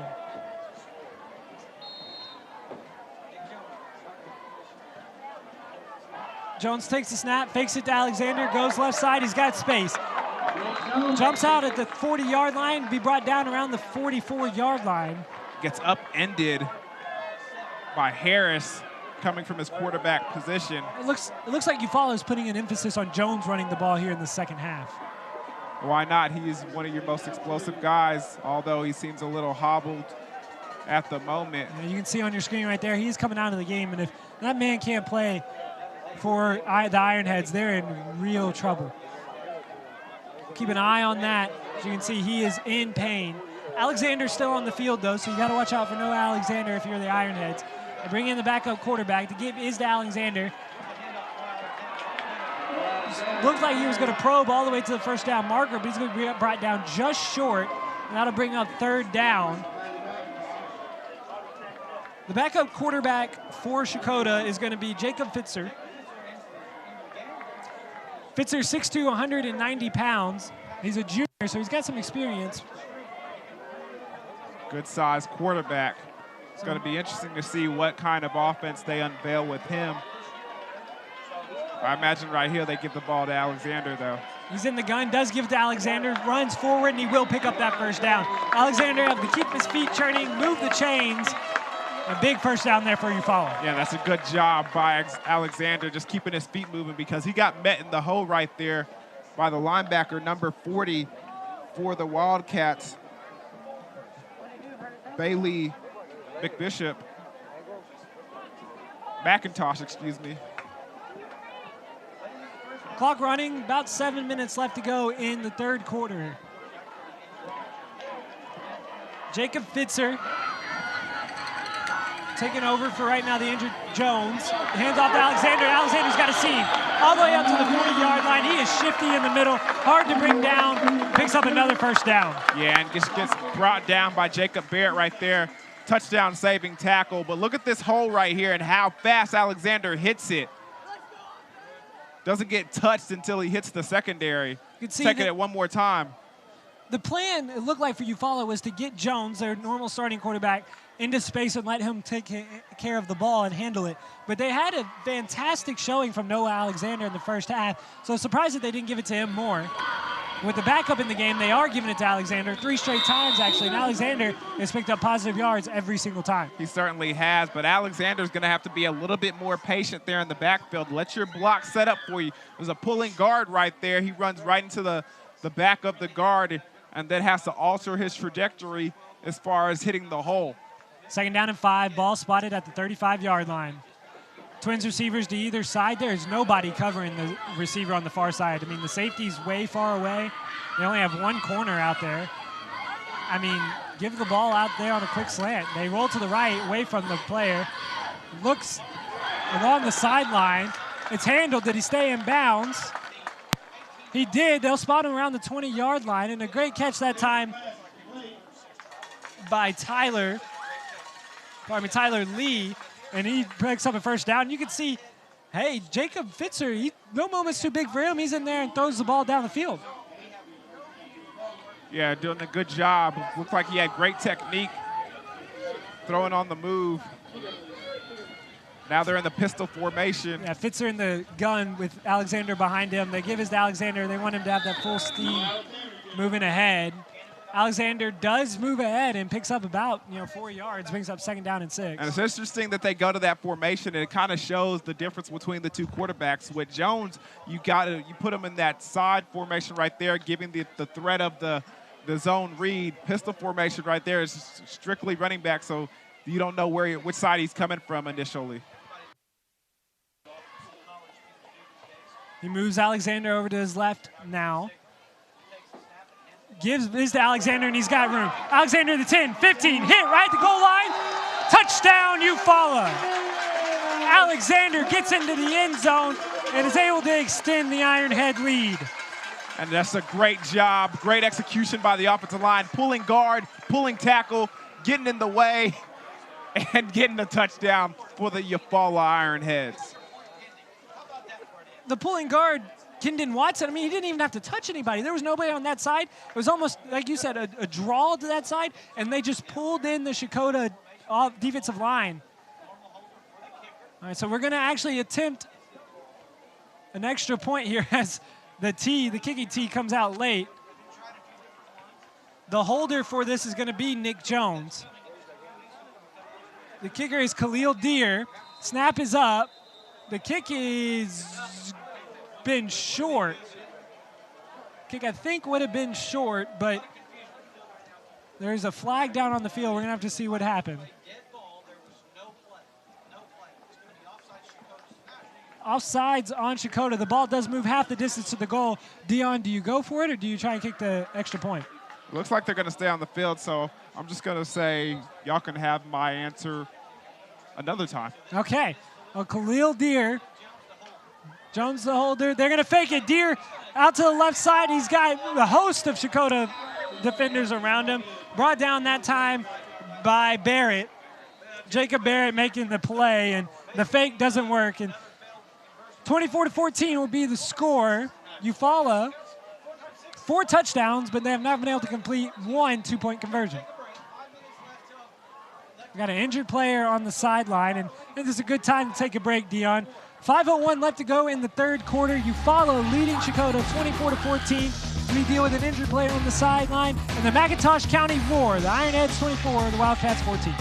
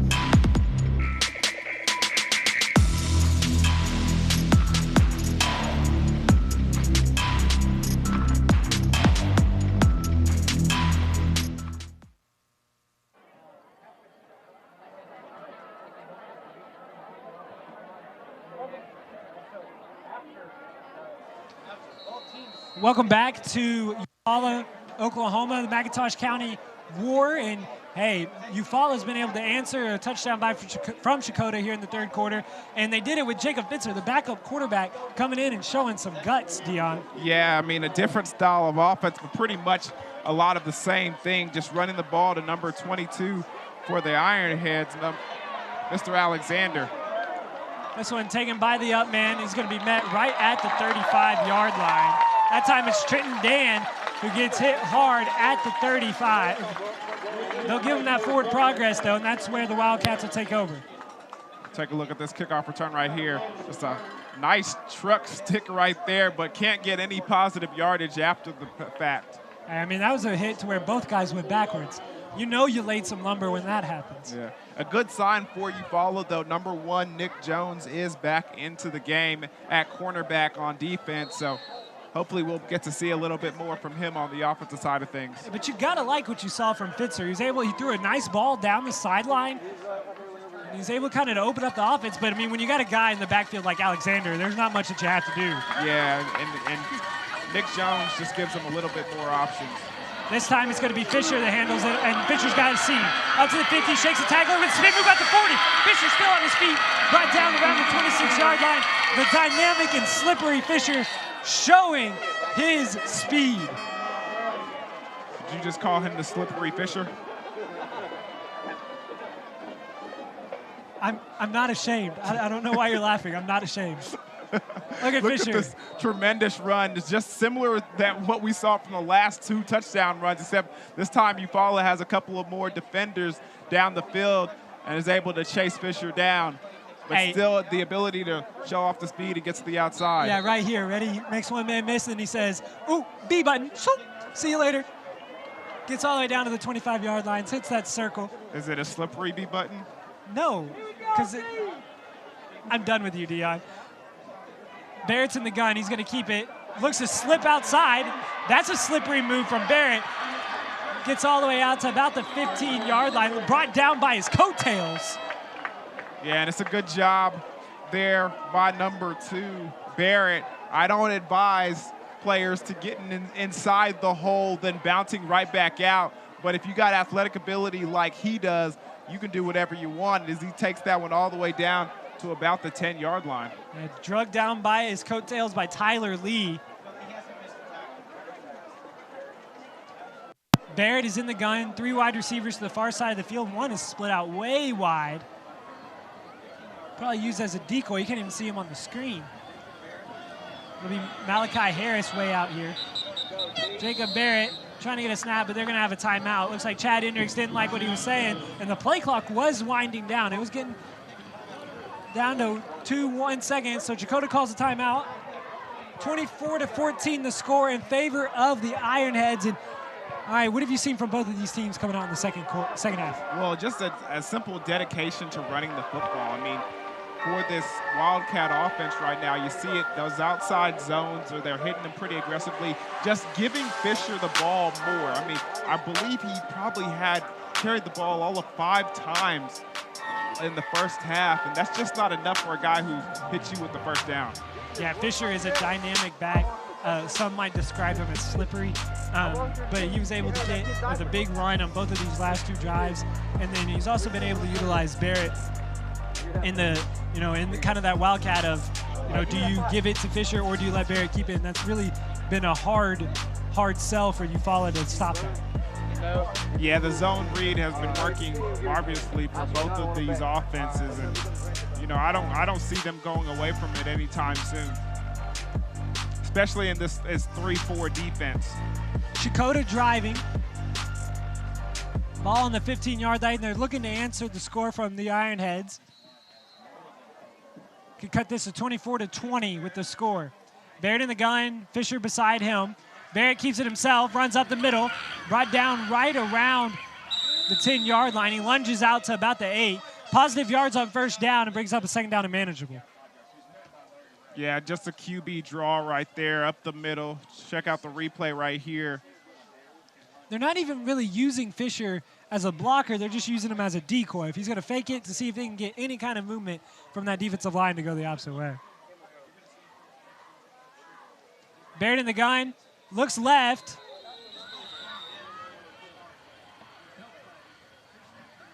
We're going to have a penalty on the field. We're going to have to go down and look at our white hat to see what is happening. It does a false start on Checotah. That'll back him up 5. So 5 yards you gained on first down, you automatically lose, and it brings up second down and 10.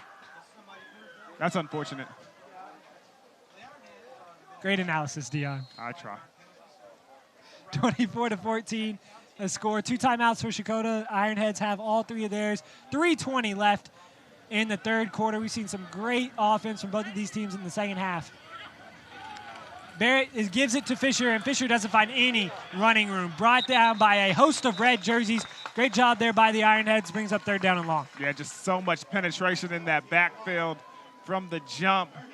Nowhere for Fisher to slip through. And Checotah hasn't really shown that they have the ability to throw it, so they've been able to stack the box almost against the run. They are going to throw it this time. Barrett over the middle, and he had a man, but throws it behind him. Intended for Brendan Dam, throws it behind him, and if it would have been on target, that would have been a touchdown Wildcat. And it was a good job by the defensive line, getting their hands up and kind of getting in the line of sight of the wide receiver and the quarterback. But it was exactly like you said. They anticipated the run so much that you could start seeing them going to the man-to-man defense and allowing more defenders inside the box, excuse me.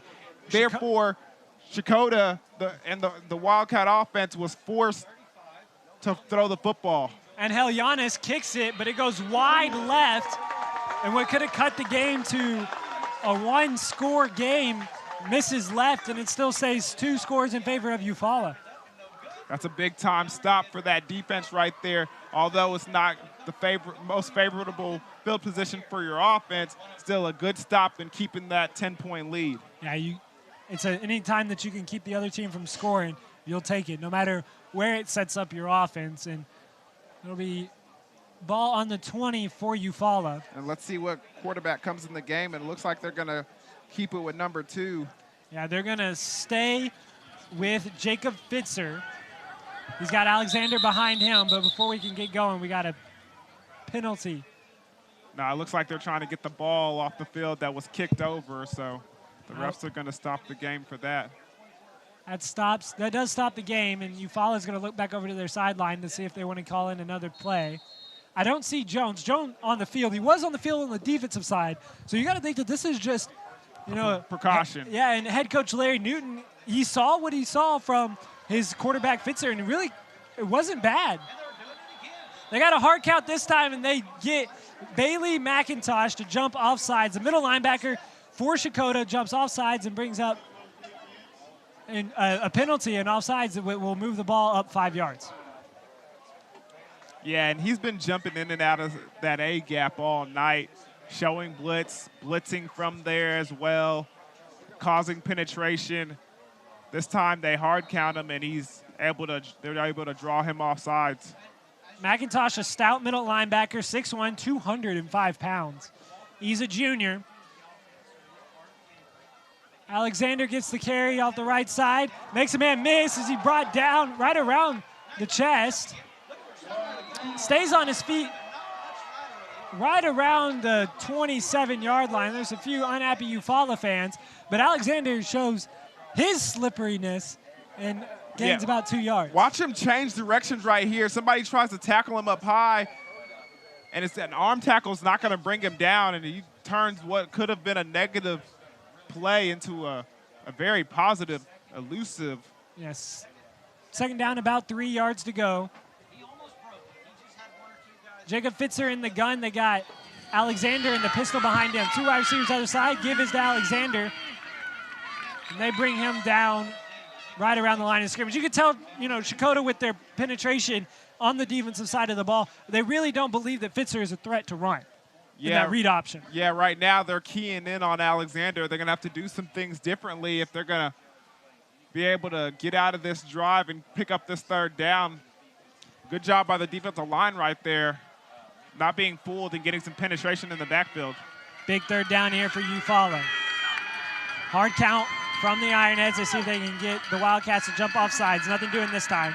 Look back to the line, to their sideline. Play clock running down. It's at 3. Ball snap, slant route completed right around the 35-yard line is where that'll be a 1st down. That time it was Brock Willoughby. And that was just a great job by the coaching staff. You could see it was cover 4 coverage. The cornerback has the flats over here, but nobody's lined up over the number 2 receiver, the slot receiver, which is the tight end over there. Safety's cheated over, expecting the run game and trying to come in and help inside the box. So they just throw a quick little 5-yard hitch route and pick up the 1st down. First down for Eufaula. They keep their drive alive. As time's winding down in the third quarter. Give to Alexander, runs up the middle, and that time, nothing doing. Brought down by Tyler Whitlook. And what a fantastic tackle that time at the line of scrimmage. Yeah, take a look at this right now. Everybody's keying in on Frazier. Excuse me, not Frazier, Alexander. You can see even the cornerbacks cheated up a little bit. Whitlook took on his offensive tackle and was able to shed him to the left and really make that tackle. Great job that time. Yeah, it looks like they're going to take this one into the fourth quarter with the play clock and the game clock having almost a 3-second difference. And the clock winds down, and we're going to take a break here. We got a good one in Eufaula, Oklahoma, 24-14 in favor of the Ironheads as we come back for the fourth quarter in the McIntosh County War.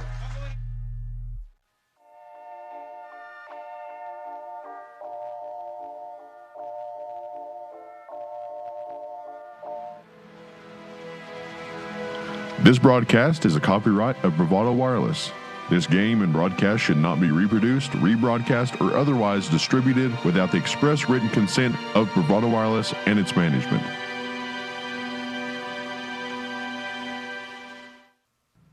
Hi, we're Bravado Wireless. You may have seen us at your local events and wondered just exactly what we do.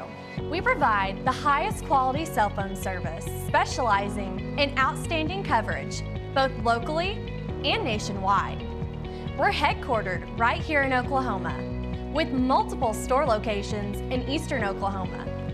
We provide the most affordable, unlimited talk, text, and data plans available.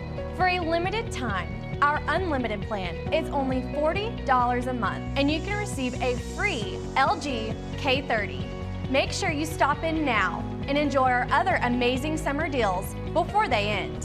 Visit Bravado Wireless store locations for all other details, or go to bravadowireless.com for more information. We are Bravado Wireless, and we believe in the power of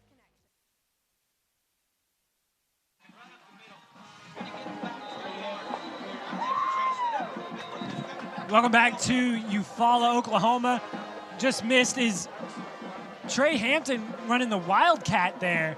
That's not either one of the normal quarterbacks for Eufaula. Hampton takes the snap, nothing doing, and brings up third down and about 8. Yeah, it looked like there was a lot of miscommunication right there on that play. Eufaula teammates running into each other. I don't know if that's how they drew it up. You can see the student section in the background of that previous shot. Both of these fans are fired up as we enter the fourth quarter of the border war. Jones is going to be back into the quarterback. He's looking to throw, airs this one out deep. He's got a man behind his receiver. Oh, ball falls in and out of the hands of the intended target. That time it was Jacob Barrett in coverage. That's just a good job by Jacob Barrett. He's not flustered when he's running down the field. He doesn't panic. He just goes down the field with the wide receiver, knowing that he has him in his hip pocket, reaches up and tries to make a play on the ball. And luckily enough for him, it bounces incomplete, but it was almost an interception. They brought Jones in, then they went deep. Ball intended for Khalil Deer, and it looked like Deer had a step, but Barrett, like you said, had him in his back pocket. He was right there and knew he could make the move. The kick is away, almost blocked that time by Checotah, taken by Barrett, and he's hit hard right at the 40-yard line. Fielded it and hit, brought down, and that's where Checotah will take over. Yeah, and that's just a great tackle right there, but even a better catch by Barrett on the punt return, because if that ball hits, it continues rolling, and doesn't it give this Wildcat offense as great field position as they are in now. 11 minutes exactly left to go in this border war, or county war, pardon me. 24-14 the score, Ironheads lead, but Checotah has the ball. It's a huge drive here for the Wildcats.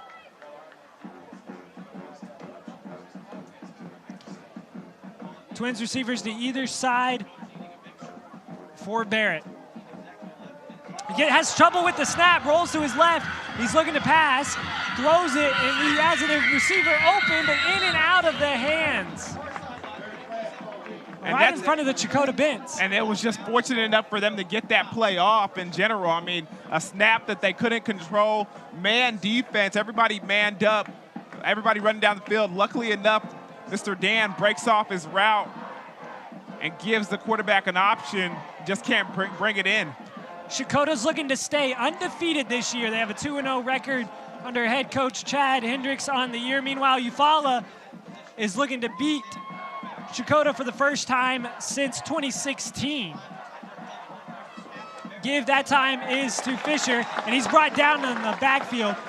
Great penetration there from the Ironheads. Yeah, definitely. Fisher having no chance of getting up the field. Look at this replay right here. Penetration all the way around, and you have to give hats off to the Eufaula defensive line. They've been getting and really pushing the offensive line of Checotah back all game long. Barrett in the gun, looks to throw, throws left side, complete, makes one man miss. He's going to be brought down right around the 50-yard line. He's going to be brought down just short of first down, bring up 4th down and short. A great throw there by Barrett and a missed tackle by Eufaula. Yeah, and it's an impressive play by Dan, able to just use his elusiveness and get down the field and make it a manageable 4th down. It looks like they're going to go for it here. Yeah, fourth down and about 1. 9:50 left to go in the 4th quarter. Huge play here in the game. They get this out to Barrett. Barrett running full speed ahead, but I don't know that everybody was set. The wide receiver was not set over here on the outside. It was number 5. That's a mental mistake by the quarterback. You have to look over and make sure everybody is set, especially on 4th and 1. 4th and 1, they were trying to get the snap off quick to maybe surprise Eufaula, but they went just too quick and didn't check to see if everybody was ready to go. And that's also on the wide receiver on himself. You know the situation. You're a smart football player. You know you have to hustle up and get over there and get set. Lollygagging around is that's not a winning play right there. Yeah, no off plays when you're trying to win a rivalry game. You got to be smart mentally and physically. Checotah's going for it again. Barrett drops back the pass. Now he's going to try and run. Hit as he throws. Ball in the air. Tipped and incomplete. Pass intended for Brendan Dan. There was some contact on the play. Dan wants a flag, but there is no laundry on the field. Take a look at this right here. Great blocking. Defensive end comes off of the block and makes the play. Luckily enough for Jacob Barrett, he's able to still put the ball in there and give his receiver a chance, but he can't come down with it. And let's take another look at the replay. Dion, is there enough contact here that you would want to warrant a flag? It seems like it was just a contested ball and everybody went up and was playing hard. I don't see a flag there. Spoken like a true safety. All right, 1st down and 10. Eufaula in Checotah territory. Alexander takes the handoff, gains about 2 yards. Brings up about 2nd down and 8. I do agree with you, though. I don't think there was a lot of contact on that last play.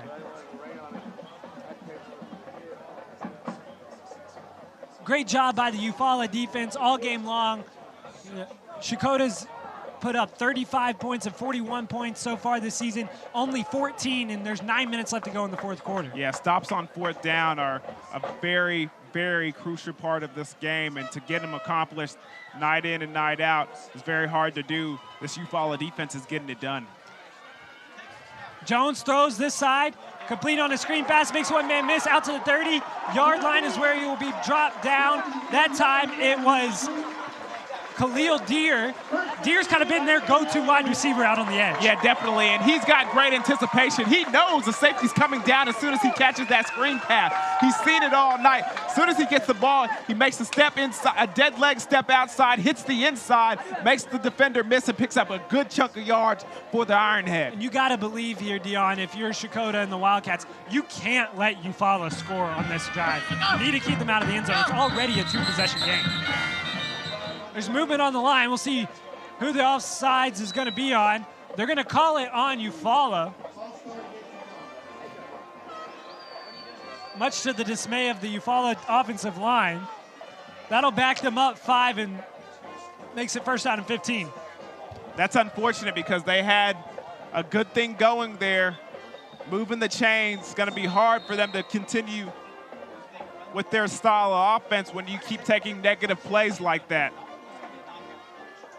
Jones relays the play to his offensive line. 2 wide receivers to the near side of the field. 1 split out wide to the right. Alexander beside Jones. The zone read, fake to Alexander. Jones keeps it, bounces outside to the 20. He's got space at the 25 to the 10. And he runs out of bounds at the 10-yard line. And you have to understand the situation here. Listen to me and listen to me carefully. That's a smart move by Jones. The fact of the matter is, you know he just went out with an injury. He's not 100% healthy. He does not want to take a hit, especially on that ankle. So he gets what he can get, and as a smart quarterback, he gets out of bounds. Good job by him and being smart with his legs. Looked like he could have made a man miss and get into the end zone. Nah, that was Jacob Barrett coming down. We've seen that matchup already. He has the speed and the athleticism bringing it down. Good job by Nick Jones over there. Dion Amade, Seth Gamble bringing you the McIntosh County War. 7:36 left to go in the 4th quarter, and we've got a good one. Eufaula looking to extend their lead. Just because you're a running quarterback doesn't mean you have to take those hits. You're still a quarterback, son. You're still a quarterback. Jones in the gun, fakes it to Alexander. No, gives it to Alexander. Alexander probing along the left side of the line. Gets out to about the 5-yard line, but there is a flag in the backfield.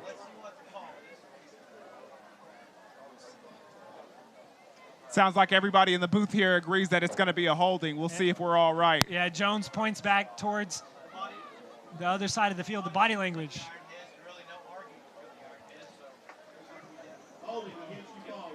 That is what the call is going to be, is holding against Eufaula. That backs him up 10. Brings up 1st down and 20.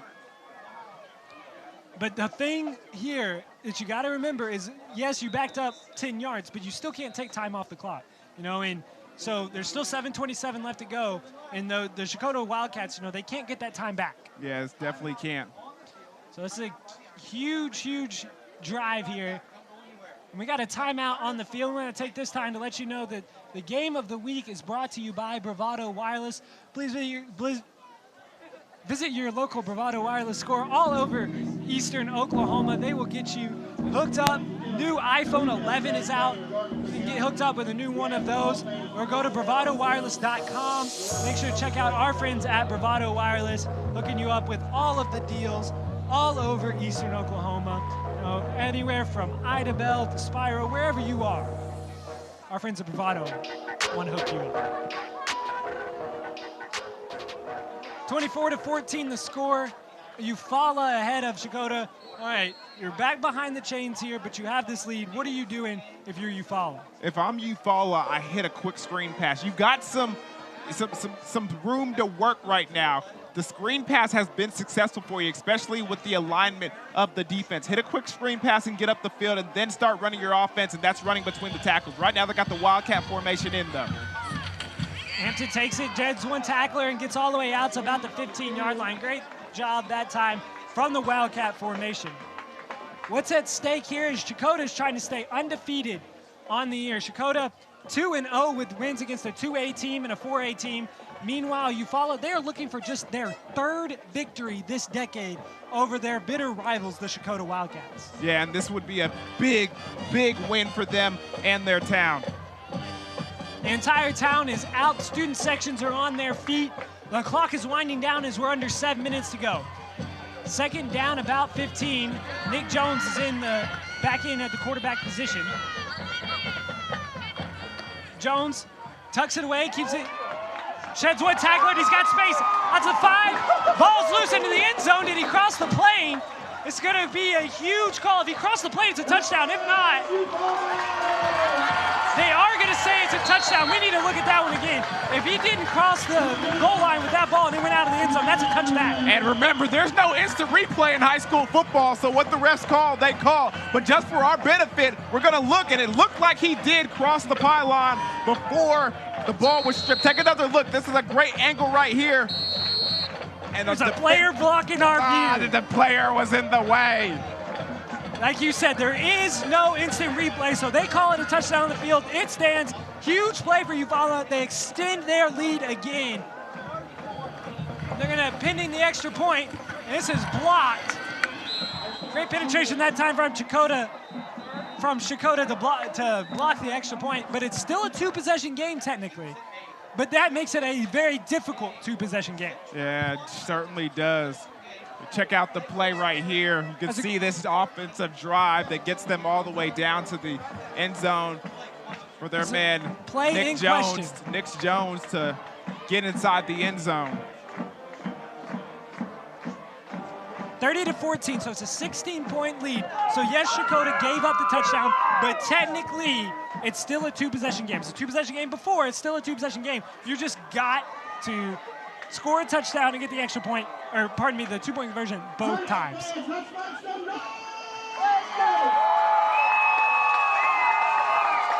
6:31 left to go in the fourth quarter.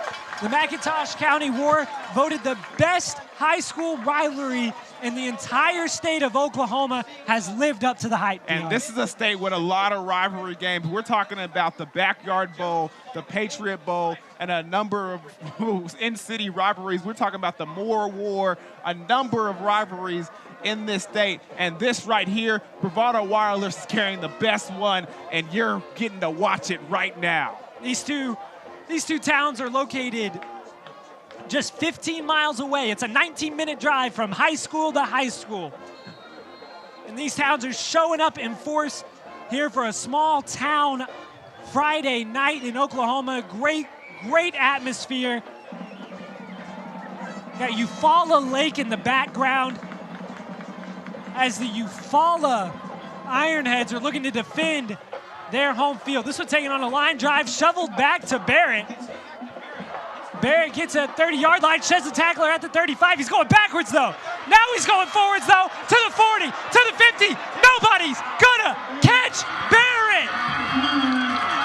Touchdown, Wildcats, and that changes the complexion of the game. We got flags on the field right in front of the Checotah Wildcats bench as well. It looks like it might be after the play, and this is gonna be, we're going to have to sort out a lot of things here, Dion. Yeah, because I see like 5 flags on the field right now, but what a heads-up play by the special team. It started with a pitchback from Fisher to Barrett. And just Barrett being the athlete that he is, finding the open space, knowing his capabilities, going backwards, then going forwards, and taking it all the way to the house. So we're going to have to see, because it's also a big play, because if this goes against Checotah, that's going to move the two-point conversion. No, and I believe this is an unsportsmanlike conduct penalty on Eufaula. I saw a player come back into action of the play. They called it on Checotah. They called them on both. They called offsetting. Yeah, so they call a personal foul on Checotah, a personal foul on Eufaula. So that is offsetting, so the point after will still stay at the 2-yard line. This is a big play here. If they don't get this, then it still stays a two-possession game. 6:16 left to go, as you can see on your screen. Score 30-20. Play clock is at 5 seconds. They're going to have to call a timeout here, Dion, and they will. They didn't get their play time called in time, and it's going to bring up 6:16 and a timeout from Checotah. You can take up the run by Barrett. Look at him going all the way back, picking up some blockers. There's a wall on the outside here, and then he takes off to the races, and nobody's going to catch him as he gets to the pylon before everyone else does. That play started with the pitchback, and then right here you're going no, no, no, no, go, go, go, go, and Barrett, man, nobody's going to catch him on this field. All the way to the house. Man, talk about an answer. You can see the Eufaula defensive huddle right here. They're huge play upcoming, 2-point conversion. If they can convert this, it'll make it a one-possession game. And, you know, Dion, you hear college coaches talk about all the time, you know, they have a few 2-point conversion plays drawn up. Checotah goes for 2 almost every time with that swinging gate formation. They don't look like they're going to do it here, but do you have a play in your back pocket for a situation like this? Yeah, you definitely always do. Right now, it seems like they kind of put themselves in a situation right now where when they got that first 2-point conversion, Eufaula was chasing. Now everybody's trying to get theirs. Barrett fakes the pass. He's going to throw, or he's looking to run. Now he's scrambling to his left. He's got to throw it. He's got to get rid of it. He just throws it up. And it's intercepted. Brought down by Eufaula. Great play there, an interception, and Barrett really just didn't have any options. He really didn't. He just had to throw it up before time. He had to give somebody an opportunity. Luckily enough for Eufaula, one of their players comes down with it. Hey, so that's a 10-point game now. As we take another look at the replay, Barrett, I mean, this is his touchdown run, as we're going to take another look at that. I mean, he's just tough to bring down, bounces it outside, picks up, like you said, that wall of blockers. And see, and on kickoff, they were avoiding him all night. All night they were kicking it short. They were kicking it away. They were pooch kicking it. This time Fisher says, nah, we're going to get you the ball. He decides to pitch the ball back. He goes upfield and picks up a couple of good blockers, and your man Barrett does the rest. The failed 2-point conversion still means that this game is a 30-20 contest. Checotah has 2 timeouts, and really the clock's not just a huge factor right now, but if you think about it, when you got to get the ball back twice and score twice, it does make it not your friend. Oh no, it's a huge factor. It's a huge enemy on your side. Do you onside kick it here? I don't think you can afford to give this Eufaula team great field position. But you see where they're kicking off from? They're kicking off from the Eufaula 45, so this must have been from some of the penalties. So, I mean, you almost go for the onside right here, right? They don't. They're going to kick it deep and kick it out of the end zone. I don't get that. Okay, so if you onside kick it, you get the opportunity to try and recover it, and if they do recover it, they get the ball at the 35-yard line. Instead, you kick it out of the end zone, and they're going to get the ball at the 25-yard line. But here's the risk reward. If your defense is playing good and they're having some momentum on their side, then yeah, you go out there and you try and put them in a situation where you can get the ball back on an onside kick. But your defense is not playing good tonight. And the fact of the matter is, you just scored on a kickoff. So your defense was just on the field, and now they're having to come back on. So they're already tired, so you can't give them too many disadvantages. Alexander takes this handoff up the middle, bounces it out to the left side, and I mean, that's 4 yards and a cloud of dust right there. I agree with you, but at the same time, there comes an opportunity and a time in a game where you have to take chances, or else Eufaula is going to do this. 4 yards and a cloud of dust you until you're out of the game.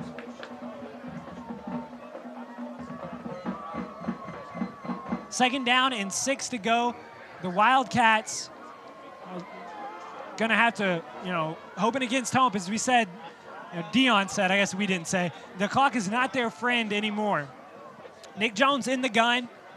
Alexander to his right.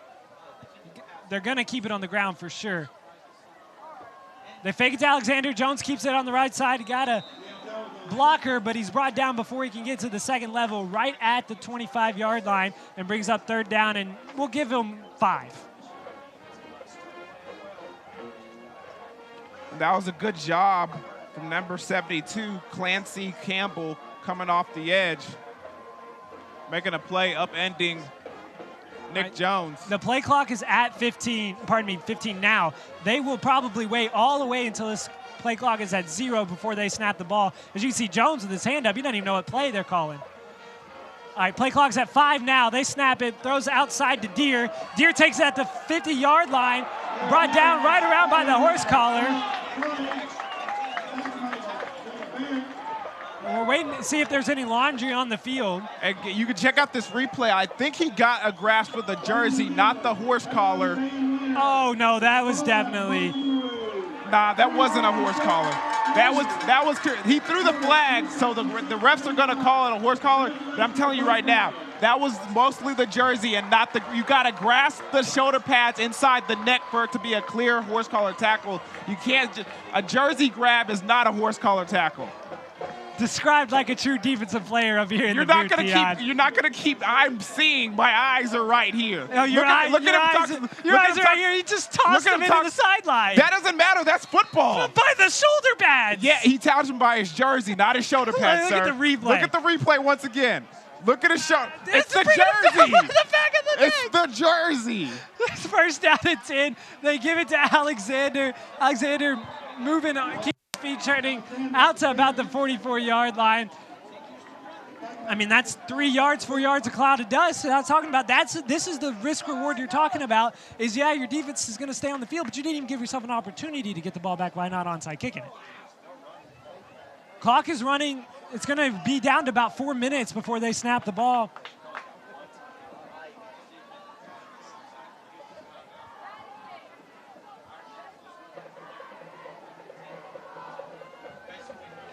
Eufaula comes out, shotgun set, 2 wide receivers on the near side, 1 to the far. Alexander standing right beside Jones. They read option. Jones keeps it, runs it up the middle, up all the way, just near first down yardage. It's going to be just short, brings up 3rd down, but that's okay. 3rd down, very manageable, and since you didn't get the first down, you keep that clock running. And it's just a good situation right now for Eufaula. The running game's working. The time's ticking off the clock. Right now, if you're this Wildcat defense, you have to make a stand right here. What's the play call? How do you stop a 3rd down and 1 here? Go with what you know. Quarterback, you got a zone read, but right now it doesn't look like they're going to go straight down the pipe. Play clock at 2.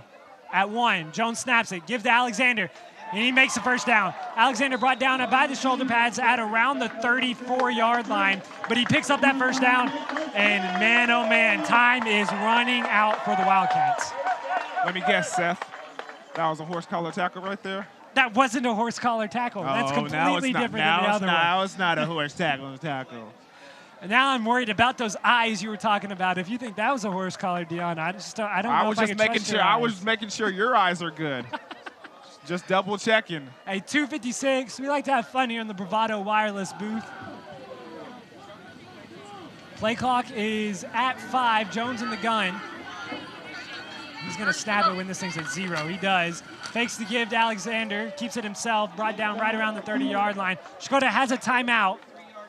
They're electing to keep it in their back pocket, and they're going to be able to melt this clock all the way down, Eufaula is, into about 2 minutes.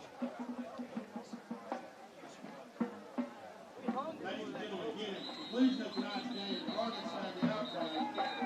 Please stay off the 2:20, and now the officials blow the clock dead. And they throw a flag. We're going to have to see what's going on. Unsportsmanlike on Checotah. I mean, it's who did they nail call in it the on? coffin there, I guess. I mean, neither one of these teams were near each other, so it had to be words being exchanged, right? Like just yelling? Had to be. Referees heard something that they didn't appreciate. I mean, that brings up a first down, and now this is almost all but over, Dion. We're just waiting for the fat lady to sing here in Eufaula, Oklahoma. 2 minutes, 20 seconds left to go. Checotah only has 1 timeout left, according to the scoreboard. Play clock running. They'll run this one down to about 1 minute, 30 seconds. And they don't really even have to snap the ball. They can take a knee. And this is going to be just the 3rd victory for Eufaula in this decade. You know, Eufaula is the lower classification school. They're just a 2A playing the 3A school in Checotah. And this has got to be a sweet, sweet victory for Eufaula and head coach Larry Newton.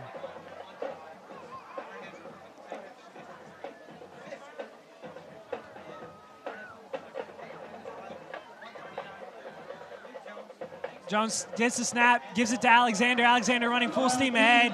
And they're not letting up. Alexander all the way down to the 5-yard line. They look like they want to try and punch this one into the end zone. I mean, it is a rivalry game. I wouldn't be surprised if they going to take it in for another score. The overall rivalry, check this out, will move to 53 wins for Checotah, and with the victory today for Eufaula, it'll be 50 wins for Eufaula. So 53, 50, and 1. Close game. Eufaula is not going in the victory formation right now. We'll have to see what the Ironheads are going to do and see if they try and run up this score. The give is to Alexander. He goes up the middle. He's going to be brought down just short of the line of scrimmage. Do you like the play, Dion?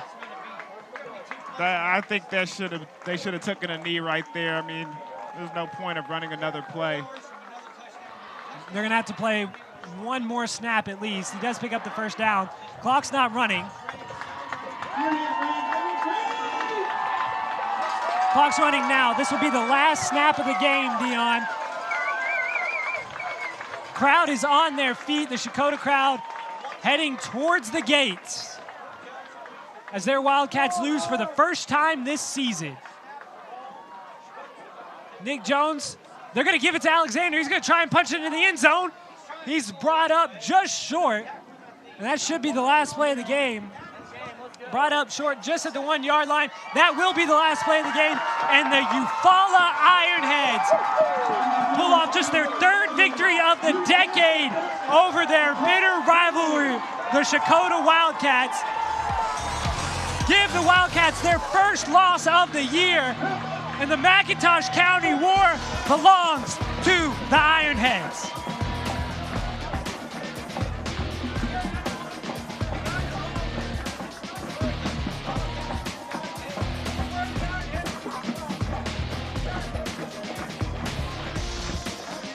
Teams shaking hands in the middle of the field, and a great win for Eufaula. A great game regardless. You saw both of these teams really give it their all, and really some great talents all the way around. We'll start with the winners in Eufaula. Man, Nick Jones, he's a dynamic quarterback. Yeah, he truly is. I mean, he ran this offense and executed perfectly tonight, especially with that zone read, allowing him to see the holes and get up the field and put up some spectacular numbers. And then for the offensive line, they did a great job, and you can see him on these replays just pulling the guard and the tackles on some of these runs. Nick Jones doing his thing, getting up the field, picking up big chunks of yards throughout the game, and then even passing the ball a little bit. You can see this pass over here to the tight end, getting up the field, making some things happen. It was impressive, and on the other side, you can't forget about Jacob Barrett. He was spectacular tonight, but just not enough to get the win. Barrett looks like a D1 athlete for sure out there on the field, but he just couldn't get into space tonight. It looked like every time he tried to get outside the numbers, there was a red jersey right there. Yeah, and you got to give kudos to the Eufaula defensive line. They were getting a lot of penetration in that backfield. Fisher, an excellent athlete, as you can see him get inside the end zone for the second time of the night, but still, he couldn't get it going all night. It was those quick bursts of electric plays that went for touchdowns and went for 6. But other than that, between the tackles, he didn't have anywhere to go. Yeah, he sure did. He's an extreme talent. As you see, he's going to pick up this ball, or pardon me, this is Eufaula. But he was an extreme talent. He tried to get into the playmakers, Checotah did, and Barrett and Fisher, but it just wasn't enough. It really wasn't. I mean, Eufaula executed perfectly, like I said earlier, and they had a lot of weapons to do so. Just big guys, you can't give enough credit to them getting up the field and putting in work. Everything went against Eufaula as well. I mean, Nick Jones, their starting quarterback, goes out in the second half. Jacob Pitzer steps in, and man, he looked electric. Yeah, he truly did. He ran that offense like he was born to do it. Going down the field, hand the ball off to Alexander, looking down the field, perfect technique, executing some throws, and getting into the end zone up for his own self. As you see Barrett on the carry there, he didn't get into the end zone. Eufaula takes over. You know, the pass was not used used a lot more by the backup Pitzer, but it was used enough. As you can see, even Checotah was able to use it just enough to really spread out the defense. Taking a look at some more replays. That is Khalil Deer shedding tacklers. And he had an excellent night receiving the football. For not a lot of passing plays, when they called his number, he really rose to the occasion. Yeah, there's a smart play, as Dion said right here, by Nick Jones. He got out of bounds, and then this is just a dynamic play all the way around by Barrett. It was actually started by a pitchback from Fisher, but Barrett, once he gets into that open field, we see that D1 speed and explosiveness. Yeah, and nobody was going to catch him after he got onto that sideline. But Eufaula, man, they answered back, and there's the horse collar tackle. There's the Seth, air quote, horse collar I think tackle. it was more than because there was a flag thrown on the play, meaning the, the guys that enforce the rules thought it was too. But we're going to... You know you and the refs are in cahoots. Oh, yeah, we definitely are. Well, as you see, Eufaula's team celebrating. They get to